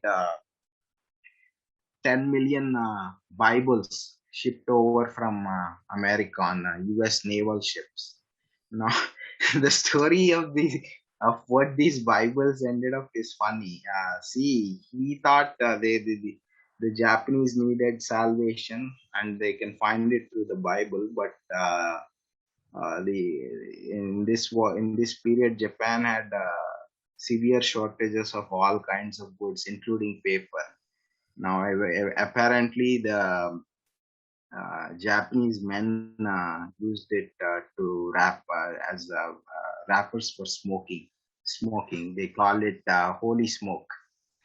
That And they also used it for making origami for the shrine offerings with the Bible paper. So this is what the Bibles ended up as. Another example is there is an incident where they delegated a Japanese Christian woman by the name of Uemura. She to go to the Imperial Palace and give Bible classes. Initially, the only the Empress and her daughters were there in these Bible classes. But later on, the emperor also started joining these Bible lessons. Emperor Hirohito, and he joined, but he did not join them in singing the hymns, or he didn't speak. He just joined. But the others, the empress and her daughters, they sang the hymns too. Now, the funny thing is, this lasted from until 1952. 1952, the direct occupation ended. Japan got back a lot of control on domestic administration. As soon as that happened, apparently. Uh, I'm reading out from the book itself. It says, then one day a palace official approached Uemura and asked her politely but firmly to stop talking about Jesus Christ, singing Christian hymns, and praying during her visits to the palace. The official told her she was still welcome to the palace, but she should shift the focus of her lectures to historical figures of America and Europe. Uemura never returned to the palace. So it seems like the imperial family was placating the Americans, humoring the Americans in their hopes that, maybe the emperor would become a Christian, and through him, the whole of Japan would be converted. But as soon as the direct occupation ended, they told her, you need to stop talking about Christianity now. And so these were some of the measures that the Americans took to make Japan Christian. And interestingly, some years back, Ann Coulter, the American conservative author, she was asked a question I believe it was Fox News. She was asked, this was in the context of the Iraq War, and she was asked whether, what is your solution? That they should all just become Christians? And she was like, yes, that is what America tried to do in Japan and Korea. We failed in Japan, but we succeeded well in Korea. So she is well aware of the. I would say she is more aware of American history than many liberals and Hindus who believe in fictions like America being truly secular and so on, right? And so the all this effort was also combined with an attempt to secularize Japanese culture. By what I mean by that is, you see, prior to the war, the official holidays all had proper Japanese names that clarified the ritual significance, the national holidays. Mm-hmm. Now, as soon as the Americans took over, for example, they said that so the February 11th used to be a public holiday. It was called the Empire Day. When the first emperor, Emperor Jimmu, was said to have founded Japan. But they said they de-recognized this as a holiday. This was no longer to be a holiday, and it only became a holiday in 1966 almost 21 years after Japan the end of the capitulated. and even then it was called National Founding Day, right? And at the same time they gave generic names like the previous uh, holidays had proper names reflecting their ritual significance. Now, the names were all converted into generic names like Spring Equinox Day, Autumn Equinox Day, Culture Day, Labor Thanksgiving Day, and so on. This was all done to change the Japanese calendar. See, because on all these different days, the emperor, as we said in the Japanese tradition, the emperor is sort of a head priest of the nation, and he conducts rituals and prayers on behalf of the entire country. Now, by doing this, they hope to disconnect the Japanese public from the actions carried out by the emperor, because now many, I would say, substantial portion of the Japanese public wouldn't know the ritual significance of these days, uh, and they think that these prayers are that the emperor and rituals that the emperor carries out are his private business, that he's carrying it out for himself or for his family. But that is not the case. So on the one side they were trying to promote Christianity, and at this other side to try to remove Shinto from the public sphere through secularization of the culture. Another example is we have Bhumi Puja Yes, yes, yes. when we build a new building. And I believe secularists have created controversies about carrying out Bhumi Puja for government buildings, right? So just like that, after the end of the war, there were controversies created by the Christians around the Japanese also have a similar ritual. They call it Jichinsai, which is very similar to our Bhumi Puja. And whenever a new building is built, they're supposed to carry it out. Now, after the war, whenever government buildings began to be built, there would be protests by these Christians and missionaries that Japan is reverting back to state Shinto and fascism, because Because if you're not Christian, you're obviously fascist. yes. So these objections used to be raised. Now we might wonder why it is that. You see, when we look at Korea and Japan, it seems like there were, and also another factor in this early war years was the phenomenon of rice Christians.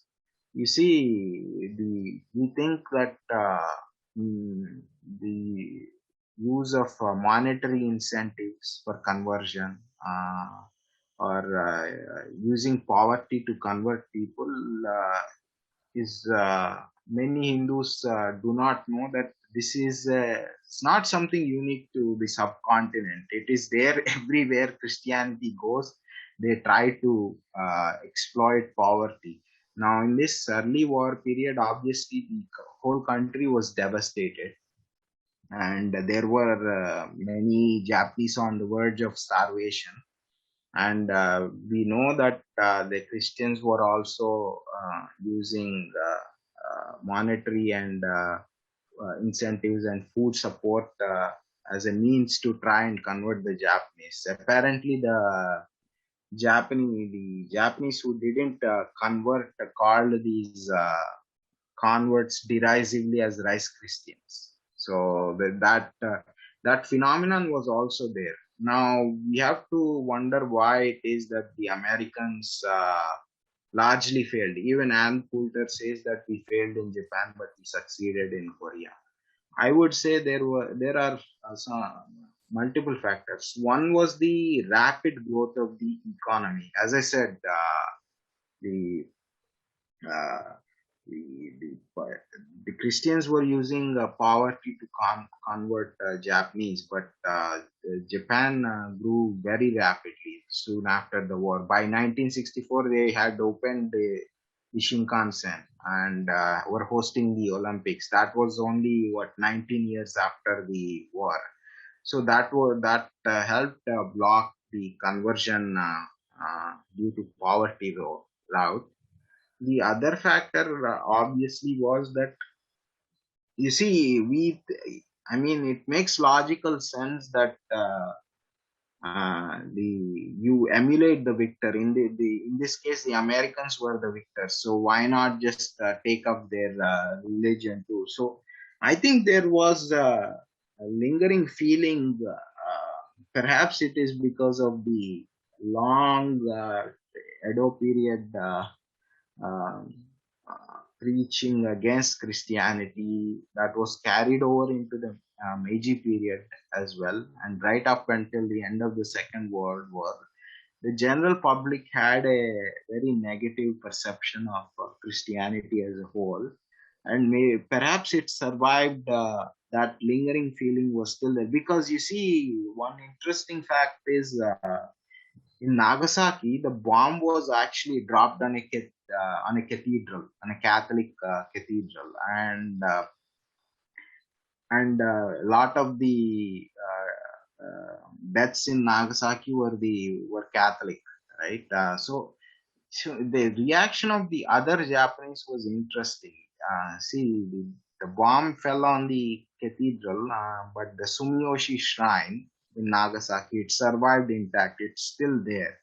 Now the other Japanese, the non-Christian Japanese in Nagasaki, felt that it was a divine punishment for the Christians, the local Christians, for their disrespect of the kami, the kami that resided at Sumiyoshi shrine. So these feelings were, I think, were still there. And the other aspect is the attachment of the Japanese to their ancestors. I have read the accounts, both recent and even in the 1800s, and they're almost identical. There was a guy named R.B. Piri. He was a missionary, and he says that often does the Shintoist say that I would rather spend all eternity in hell with my ancestors than in the heaven preached by you Christians. And there was another, as recently as 2013, I came across some thesis about Japan and Christianity.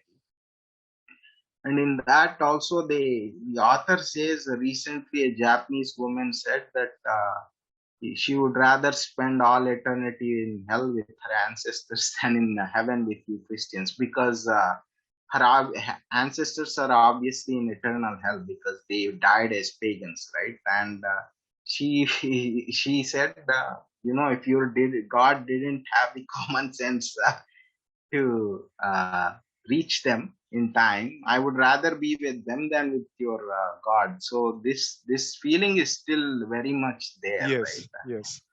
And See, these are typical reactions of many, of a lot of pagan customs, especially yes, pagan customs which have a stronger, ancestor worship aspect associated with them. And it is interesting that, but the way the Americans tried is quite, they used all the standard things that they do. Among the standard things that the West does, especially the Americans, is to get a Christian lady married off to the ruling family. They got a Christian lady married off to the crown prince, who later became Emperor Akihito, but it doesn't seem to have done much good.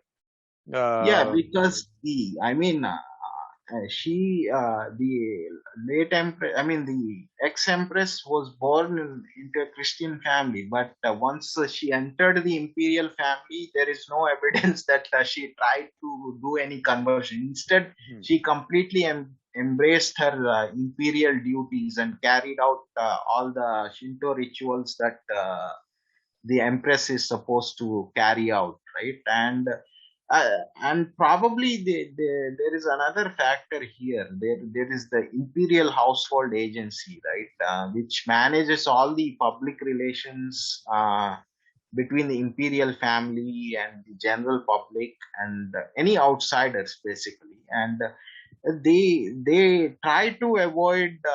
They have strong screening process to weed out all this, anything that can cause a scandal or destroy the image of the imperial family. So you see what is happening with the British royal family, right? And Yes, yes, yes. you never hear anything No, with the remotely British like royal that. family, I think the tradition of a lot of indiscipline is pretty strong and very fairly old tradition, not a tradition. It is an oldly fairly old trait among the Hmm. British royals to be rather indisciplined and Yeah, also indiscreet in their behavior, in their public behavior.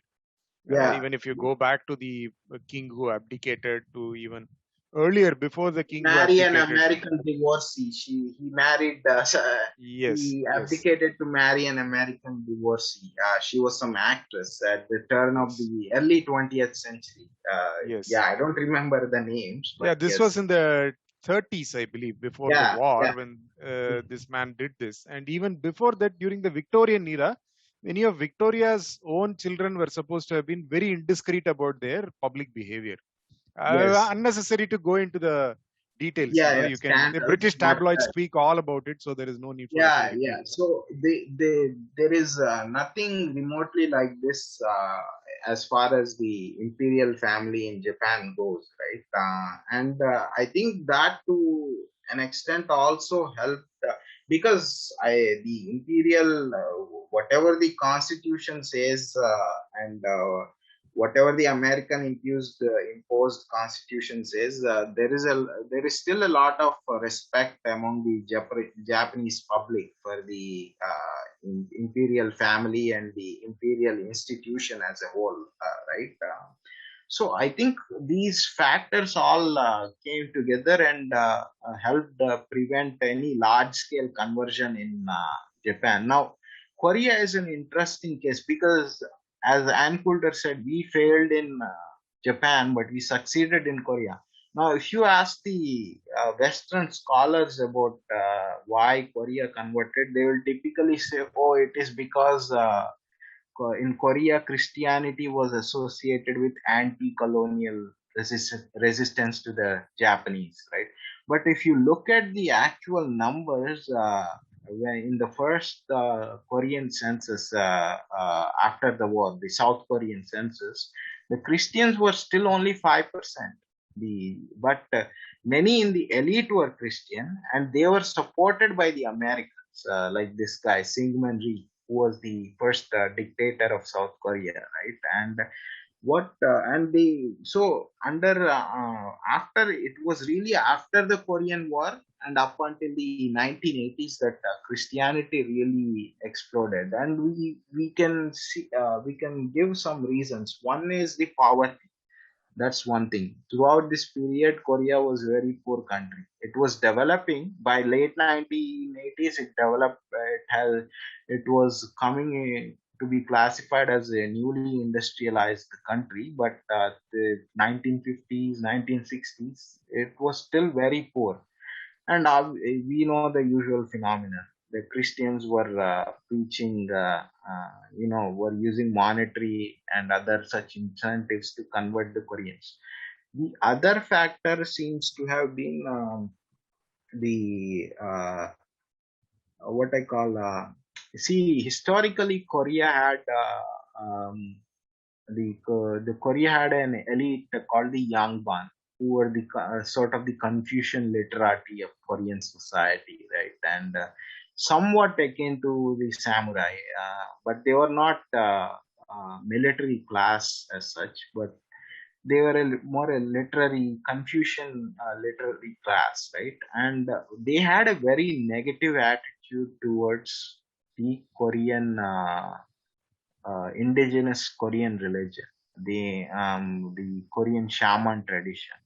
They derided it as a superstition and so on, as practiced by the illiterate peasants. And this is somewhat different from what you see with Shinto in Japan, where everyone agreed that whether confusion or not, everyone agreed that Shinto was at the core of Japanese social structure and so on. This was not the case in Korea. Now, the same attitudes seem to have been spilled over into the post-war Korean society, because you see, the man who overthrew Syngman Rhee was Park Chung-hee, right? And he came up within the Japanese army, and he emulated Japanese economic policies and trade policies in a great deal. But one of his policies was something called I think it was titled the New Village Movement or something. I'm forgetting the exact title of the movement. Now you see, it was basically an industrialization drive. Now, as part of this industrialization drive, he he uh, he and him and the followers of this movement, they began to attack Korean practices in the rural areas, Korean religious practices. For example, the shamans has so much superstition, and they attack the traditional rituals, saying that all these rituals, they're wasteful.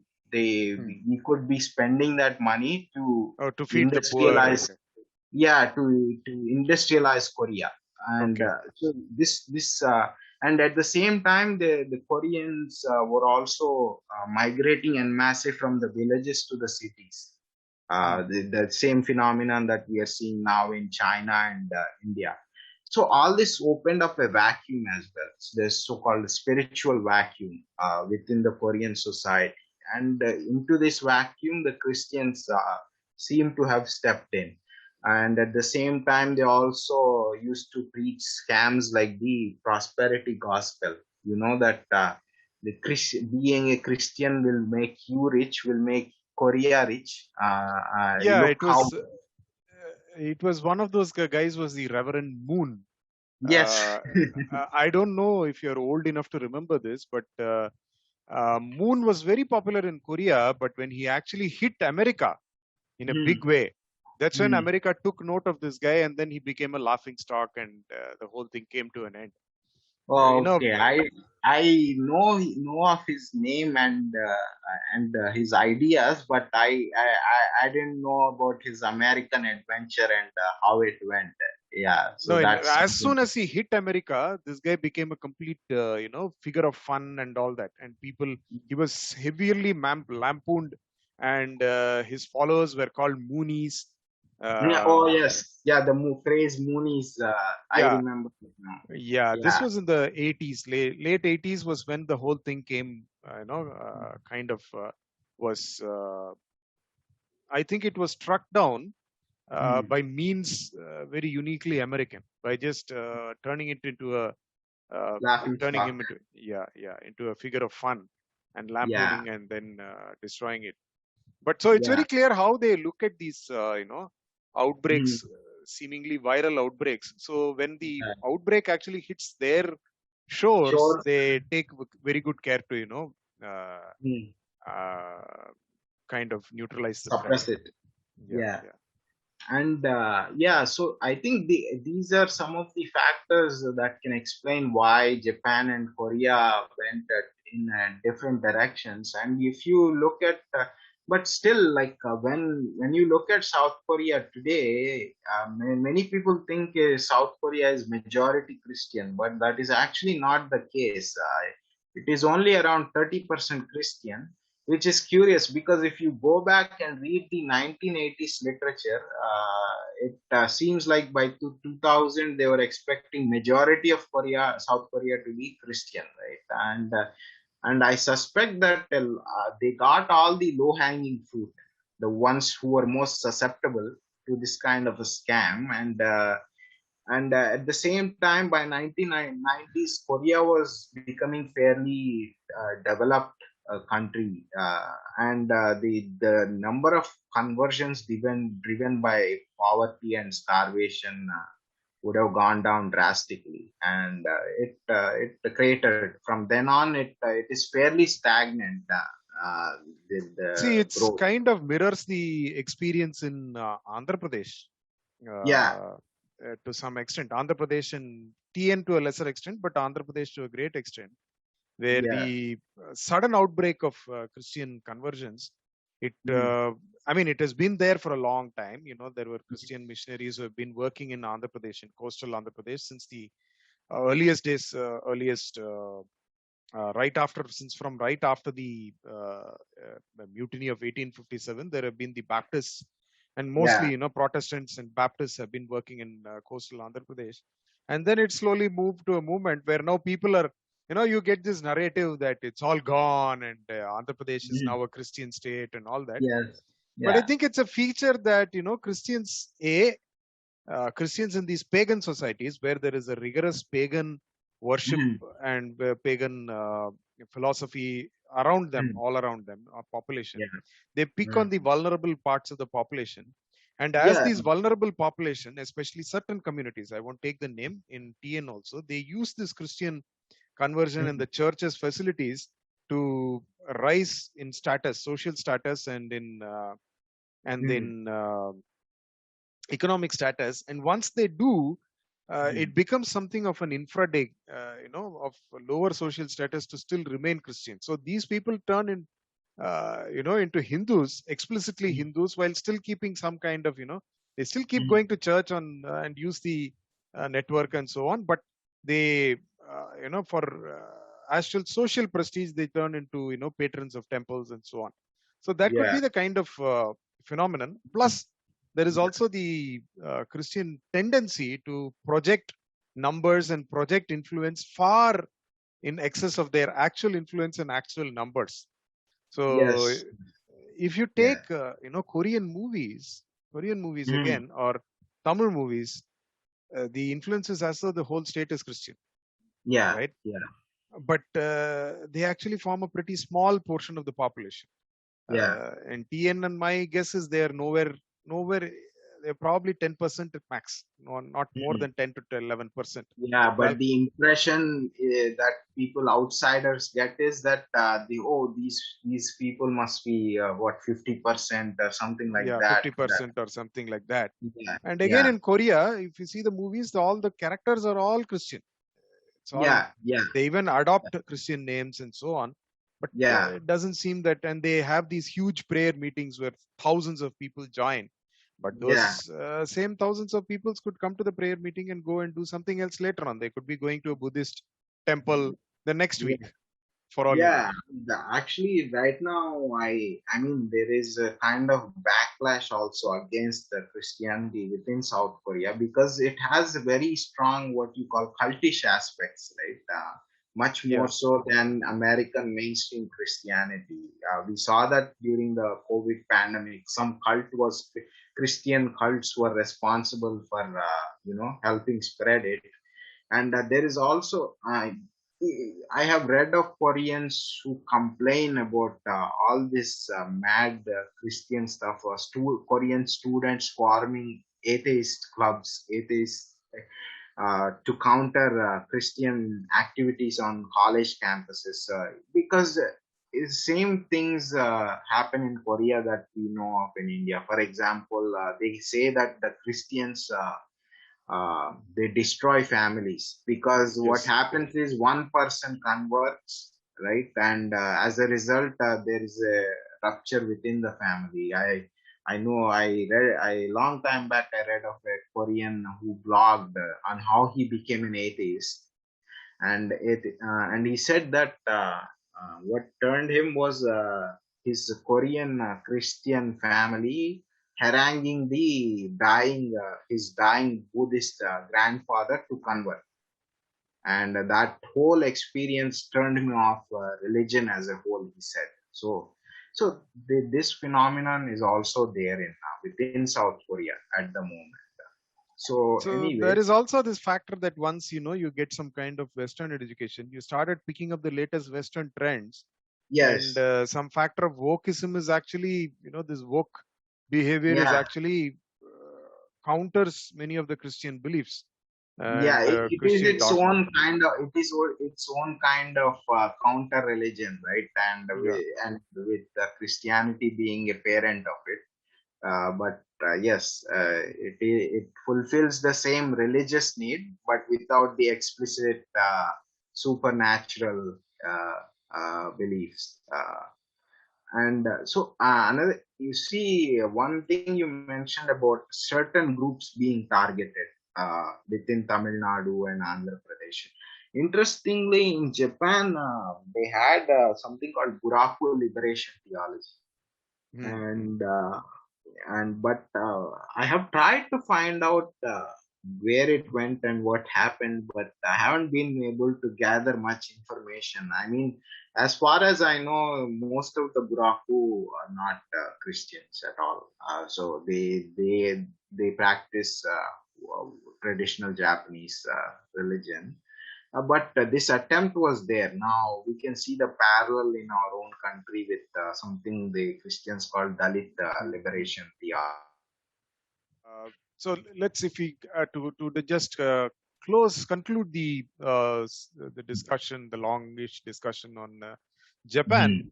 We will kind of take the modern era, the modern period in Japan. We discussed Yes. how the differing experiences of Japan and Korea with Christian conversion, and how Christians seem to have been much more successful in Korea than in Japan. Um, and we will close with the modern attack by various counter religions on Japan, Yes. including the latest new religion of the woke religion, which is spreading Yes. from America Yeah. all over the world. So I just want to repeat the last bit from the previous section because I'm not sure if it got captured. So as Surenji was saying, how the Christians have a tendency to target certain socio-economic groups. I was just saying that in Japan they had something called Buraku liberation theology. Now, I haven't been able to find out much about it beyond the name. And as far as I know, most Buraku here being the old untouchable caste in Japan, they are not Christian. They mostly practice traditional Japanese religion. But that's an interesting fact. It is similar to how they have come up with a Dalit liberation theology, so-called Dalit liberation theology for India. So that interesting fact aside, now when we come to the modern period, let's say last 20, 30 years, we see the attacks are still going on, but they are much more subtle now. For example, there has been have been various protests by Christian teachers in the public school system saying that they won't sing the national anthem or they will protest raising of the Japanese flags in schools. In another example, there were, I mean, this was some isolated individuals, but they were they were protesting Abe Shinzo, the previous Prime Minister of Japan. He attended Ise Jingu Shrine, which is one of the main Shinto shrines in Japan. To worship, right? And they were saying that he was going there in an official capacity as the prime minister, and he is not supposed to do that. It is a big breach of the secular constitution of Japan. These kind of things still go on. Especially egregious is the refusal to sing the national anthem or lead the students in singing it. It is similar to how they protest Vande Mataram Yes, yes. in our country. And It has gone beyond that, and they refuse to stand up for the national anthem, refuse to stand yes, up when the national flag is hoisted. yes, yes, All those things which is in general, refuse to recognize yeah, any symbols, any such yeah. symbols. Yeah, and at the same time, another aspect is the demographic aspect. Now, you see, the Christians have a field called a missionology or something like that, where they carry out studies of different ethnic and national groups and come up with ways to convert them. Now, I have read multiple theses, I have skimmed through them, and generally they consider Japanese to be one of the hardest groups to convert. And they give various reasons. One being their attachment to their ancestors. For that, they have come up with so-called second chance theology now. This is where they say that the ancestors, even though they died as pagans, instead of going to hell, they will get a second chance to hear about Jesus Christ.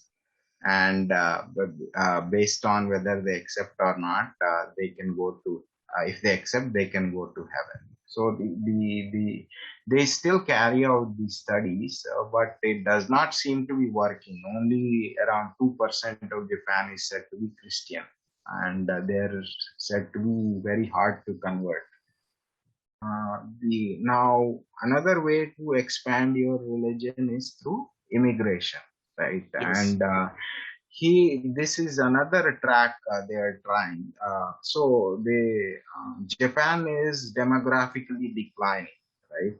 Which is in line with most other developed countries. It's just that in the other developed countries they have showed it up so far with mass immigration, but in Japan that hasn't been the case yet. Though nowadays, I think foreign residents now make up 2.3% of Japanese population. They're starting from a fairly low base, and the three largest groups are the Chinese, the Koreans, and the Vietnamese, right? And none of whom are majority Christian. But you also have the Filipinos and community of Brazilians, right? Now, the interesting bit about is that there are many NGOs who work to support illegal immigration to Japan. What is interesting is that a lot of these NGOs that have a religious inspiration actually have a Christian inspiration. Even though the Christians are supposed to be only 2% of Japan, many of these religious NGOs have a Christian theme behind it, and their modus operandi is very simple. All the illegal immigrants deserve their support, and the Japanese government is violating human rights when it tries to deport illegal immigrants. The usual stick with these kind of organizations. A few years ago, the Catholic Church criticized the Japanese government when they tried to deport some illegal immigrants from the Philippines. Now, you can look at it not just as some kind of a benevolent humanitarian gesture, but as a way to expand the number of Christians within Japan. If they cannot convert the indigenous Japanese, the another way is to flood it with Christian immigrants. This is another tactic that they have adopted. Then there is also stuff like the old-fashioned vandalism that goes on. I think 3 or 4 years back, there was a news item about a Christian fellow within Japan who was arrested for vandalizing shrines in Kyoto. And if I'm not wrong, they use the same thing when the Christian fellow does something. I believe they use the same thing in Andhra Pradesh and so on. They Andhra Pradesh or some other place in India. I think it's the same thing which they did in Japan. They said the fellow was mentally disturbed. Yes, yeah, exactly. And then these are some of the tactics that the Christians are trying. Now the Muslims are a fairly new group into Japanese society. They haven't had much success in conversion either. I think only 50,000 or so out of a population of 126 million are Japanese citizens. The overall Muslim population is said to be around 200,000. But again, we can look at immigration as a potential source, right? There is some growing Indonesian community within Japan, and it will be interesting to see how the Japanese manage it, because it could be that they will take a stance similar to the Gulf countries, where the immigration is not the Gulf countries have huge immigration populations. Maybe the Japanese will try to keep it within manageable levels and also keep it rotating. What I mean by that is, instead of granting permanent citizenship, maybe after 5 years of work visa, these people have to return to their home countries. Some system like that, instead of allowing permanent settlement. But it could also go the other way, where so that's interesting, because the earlier sources of immigration, Korea, China, or Vietnam, are increasingly prosperous. B, they are also having very fairly slowing populations and aging populations. So there's no incentive for them, or there aren't the numbers, neither the numbers nor the incentive to migrate into Japan. I think to some extent that's the same case with Philippines also, where they would be more comfortable. Migration out of Philippines is, I think, if I'm not wrong, it has reduced over the years. Yes, And Indonesia will be an interesting example. We'll see what happens with them. Yeah, and that's one source. At the same time, you also have Muslims nowadays writing this kind of missionology thesis of their own. I had come across one such thesis by a fellow who said the Japanese are very hard to convert. It will have better success in Korea. He said that the Japanese are more attached to their tradition than the Koreans, and have a very nationalistic feeling. And also, he suggested trying to deploy Sufism, to attract converts. Right. Now that is going on. And then as far as incidents involving Muslims go, in the 90s, there was the Japanese translator of Salman Rushdie. He was found dead with his throat slit, and they never caught who did it. But we might guess who might have carried out such a thing. And the few years back, there was a Saudi student who was reported to have destroyed several temple statues within Japan. A Japanologist told me that the Japanese report said recently he had grown a big beard and such, which indicates that it was a case of him acting out on his unmada.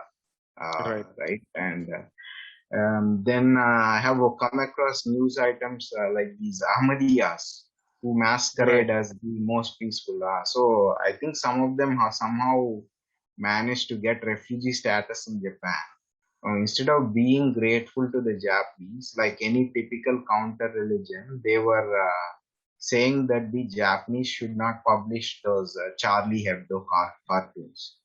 They just arrived as refugees into Japan, and they're trying to tell the Japanese how to run their society. Right, right, which is fairly, par for the course. The standard Yeah, thing that is to claim, make extraordinary claims for oneself, yeah, one's own beliefs, and claim, some special status for one's own belief while refusing to acknowledge, just simply refusing to acknowledge any respectability or any respect for anybody else's beliefs, especially if you are in a host culture. yeah, The typical attitude is that of disparaging the and talking down the host culture and thinking very low of it and thinking yes, very high of your own culture and demand privileges for yourselves and yeah, refuse to respect the local sentiments. It's fairly yes, par for the course. And several things about Japanese culture and general Japanese attitudes, with mm, their sense of cleanliness, personal hygiene, and the general discomfort that Japanese have with facial hair to start with, yeah, yeah, and their sense of personal hygiene, as yeah, well as their food habits and food and drink habits and so on. I think they're fairly immune yeah, to the third Unmada, except of yeah. course if it So masquerades itself in some other form. yeah, I think Uh, the major way that they can get a foothold is would be through immigration. As we said, the Indonesia will be an interesting test case, right? Test case to watch.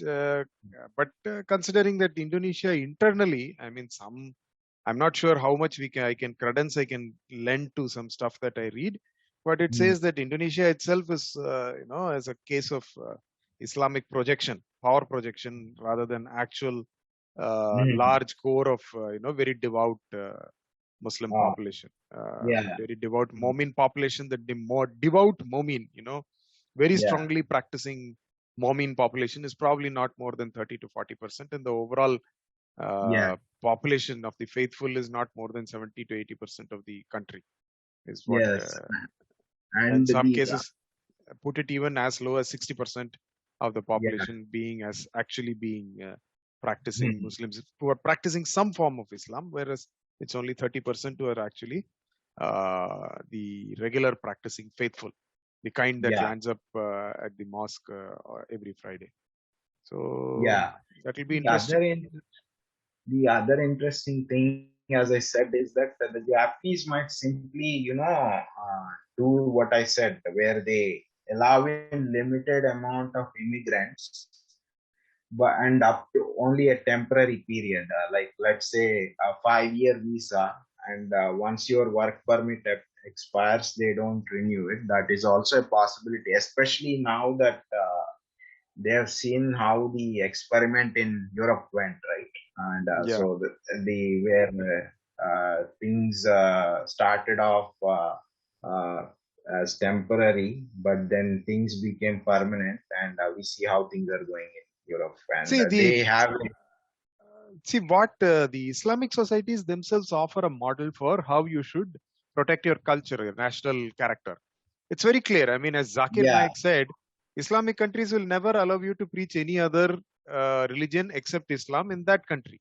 And Zakir Naik was very clear about it. I mean, yes, for all his, clowning and all his strange behavior, yeah, he made perfect sense from his point of view. He said, see, suppose I figured out that 2 plus 2, you have a country where somebody thinks 2 plus 1 is 3, 2 plus 1 is 4, and somebody thinks that 2 plus 2 is 4, you know that 2 plus 2 equal to 4 is correct, right? We yes, have figured out that exactly. 2 plus 2 equal to 4 in our country. So why would you want you to come and teach us that 2 plus 1 equal to 4 Yeah, when we know that you are wrong? And yeah, they yeah, simply prohibit proselytization and yeah, any kind yeah, of conversion. A. yeah, B, they simply do not let you stay there permanently. You just go there, take a visa for 5 years, work. You'll be given privileges. I mean, for example, in the Emirates, you're given all privileges. Your life, property, you know, mm, it's all protected. You have limited rights to, freedom of mm, religion. You can practice your religion in your home. You can build your own temples wherever you want. You do what you want, but without infringing of the right or the infringing on the national character of the country, which is fairly yeah, straightforward. All you have to do is to just do what the Islamic countries do. With respect, I mean, you don't need to go implement the Sharia or flog people. That's what I'm saying. What I'm saying is they have very strong, anti-conversion laws. They have strong laws which protect the national character of the people, and they have strong laws which, do not let immigrants just take over and decide to dictate how the natives of the land should lead their lives. Fairly straightforward. So any country, if you want to, protect your national character, I say, look to Islam. Look to the Muslim countries. Do what they do. That's all you need to do. Yeah, exactly. And the other thing is, I think at least I expect China and South Korea has already tapered off. Very few South Koreans immigrate. China will also be the same, but I think Vietnam and still Japan still have quite a bit of per capita income gap, right? Vietnam is around, I think, 4,000 or 3,000, whereas Japan is like 40,000 plus, right? So, and culturally too, that we know that Vietnam is a mix of Southeast Asian and also Chinese culture, if I may say so. So the Vietnamese would also fit in better within Japan than most other groups. Yes. So that is there as well. So now that is the Muhammadan component or the Muslim component of the counter religions in modern Japan. Now we come to the Navyonmada, the newest modern religion. woke, the modern woke religion. Yeah. See, this religion obviously is also trying its best to penetrate Japan.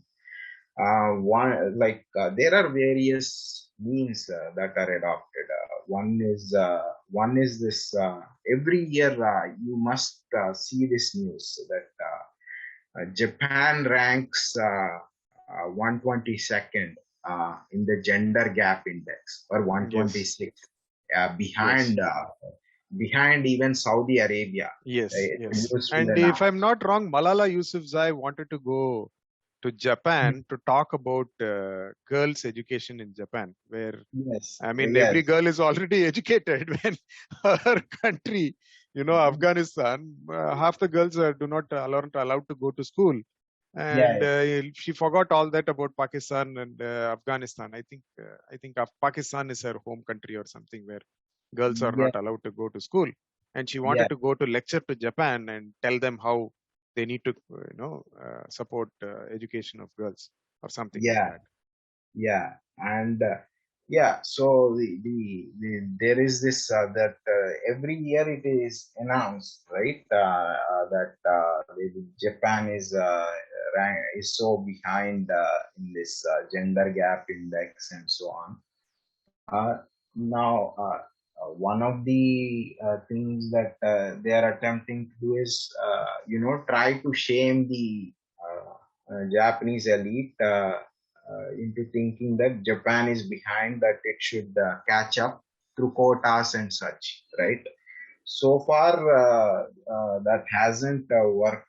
There haven't been any quotas put in for women or diversity, these sort of things. But the attempt is there. Now, the interesting thing about this is that the people who do these rankings and the people who peddle them, they never ask how what credibility the ranking system has, which puts Saudi Arabia ahead of Japan. Shouldn't that bring the whole ranking itself into question? So that is never asked, right? Imagine Saudi Arabia, which only recently allowed women to drive, and that only because we have a liberalizing despot in charge. Most of the public still opposes it. If you ask them, the women still shouldn't be allowed to drive. But so that is one way that the new woke religion operates. Another way is through these Western companies or the hedge funds. Recently, Asia Nikkei carried some news saying that some Western hedge fund was threatening Japanese companies with no investment unless they have a certain number of women on the board of directors. Right, right. Right. I think the Japanese companies will tell them to screw off. But No, I mean, this. a lot of people do that. A friend of mine, Mhm. she's a tech entrepreneur and a VC. She's in the Bay Area, tech Mhm. entrepreneur in the Bay Area. And a VC came and told her at one point in time, we want to invest in you because you're woman led. She said, look, Mhm. if you want to invest in my company because you see the model or XYZ reason, or you find ourselves very competent at what we do, which is fine. But if you just want to invest for this reason, I'm sorry, I'm not Mhm. interested in taking that money. Mhm. So, I mean, it's like, I don't know what it is, but people with a lot of money suddenly want to, influence the way the world with their money, Yeah, uh, the way the world and works with their money. this might work be more effective in developing countries. Right now, Yes, Japan yes, is a fairly developed country with huge companies of its own.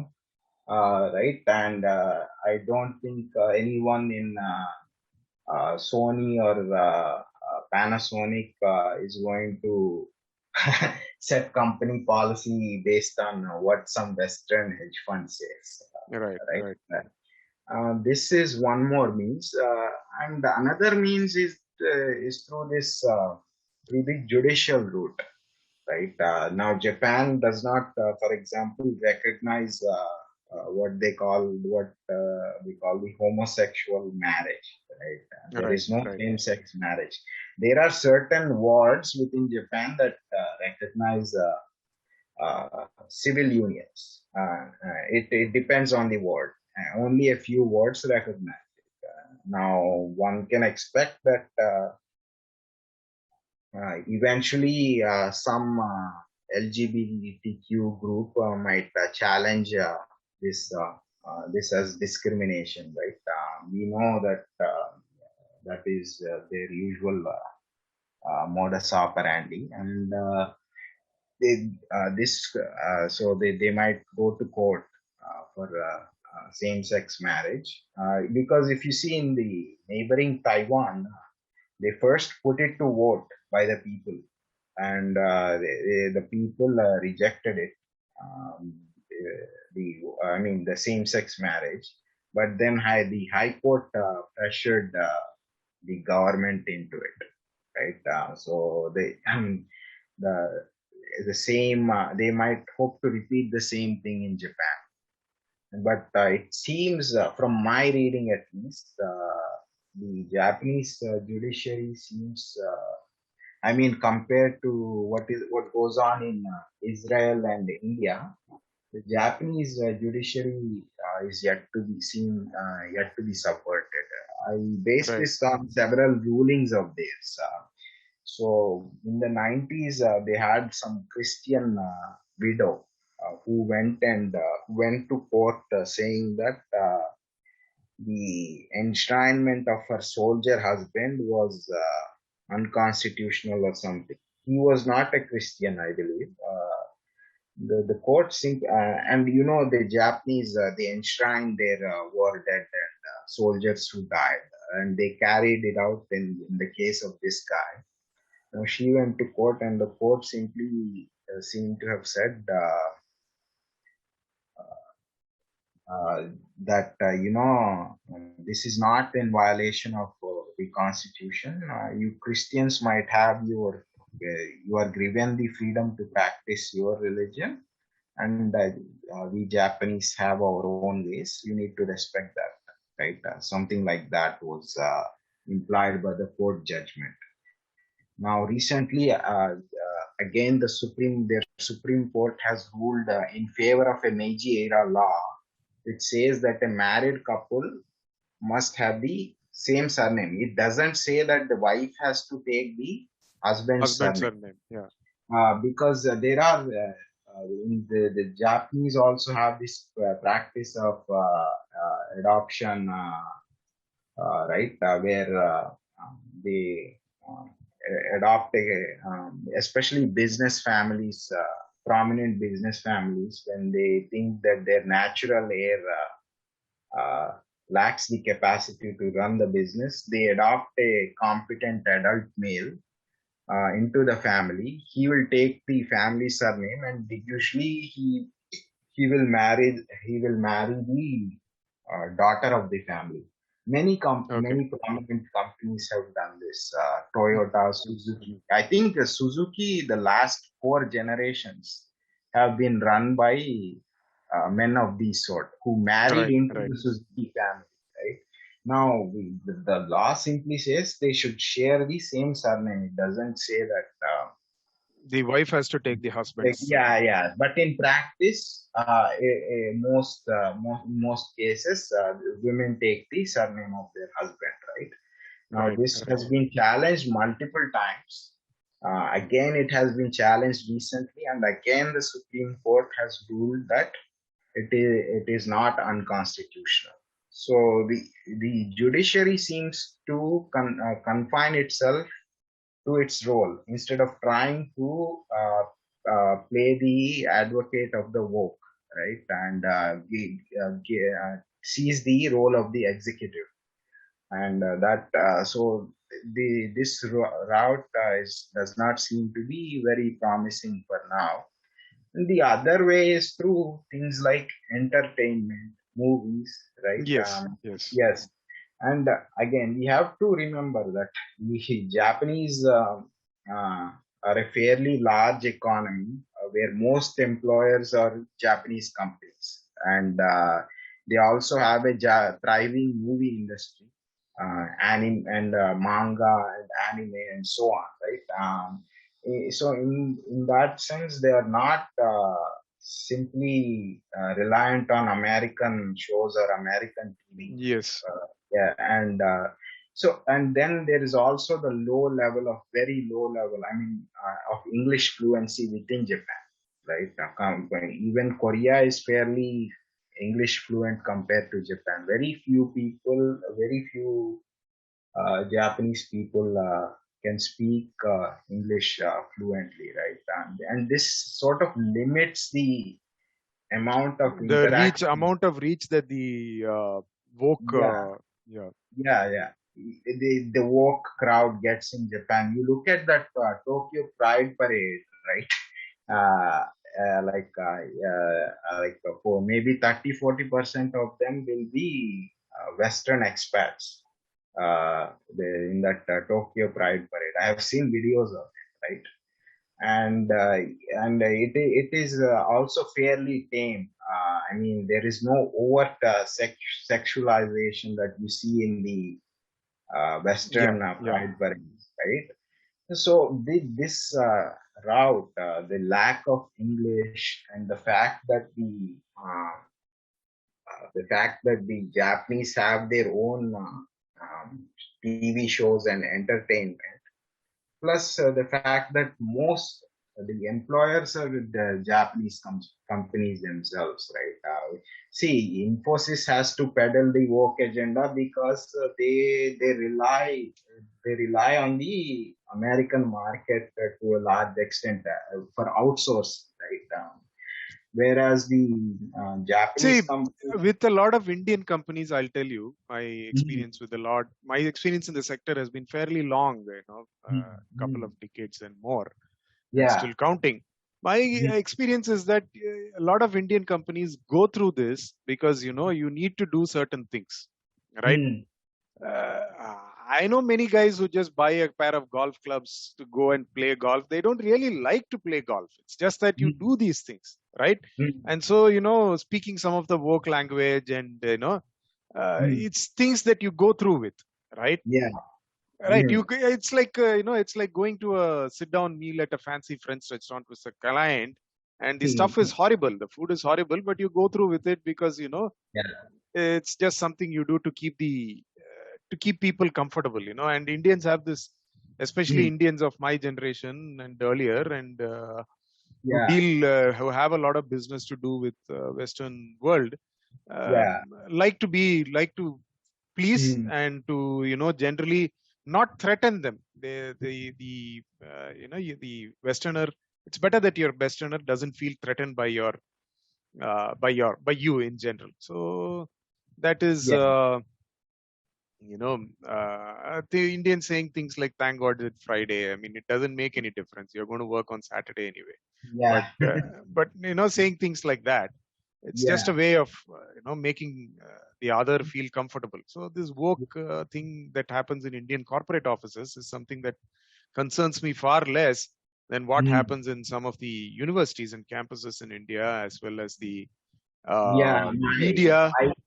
Yeah, I don't have any experience within the Indian corporate world, right? So Yeah, that's where I was coming from. So these Japanese companies, most of the big names, they're not service providers, right? yeah. They are manufacturers and so on, right? So they don't have to directly interact with their employees. I mean, they don't have to directly interact with Westerners like Yeah, the and where there has to be a lot of interaction with Westerners. The actual frontline salesman who does the pounds the payment and does the meetings and all that. They wherever they are, they employ local people. yes, In India, they'll employ a local Indian guy to do the sales and there will be a Japanese guy actually running the operations in the plant mm, and ensuring that everything is ship shape and the quality is not compromised upon. But there yeah, will be even if it's a factory which makes rice cookers, mind you. But the yeah, guy actually going and pushing the rice cookers in the stores in India will be an Indian guy. And yeah, they are most comfortable. They're comfortable with that. They give the Indian guy the freedom to do his job, but yeah. not the freedom to dictate how the company should be run.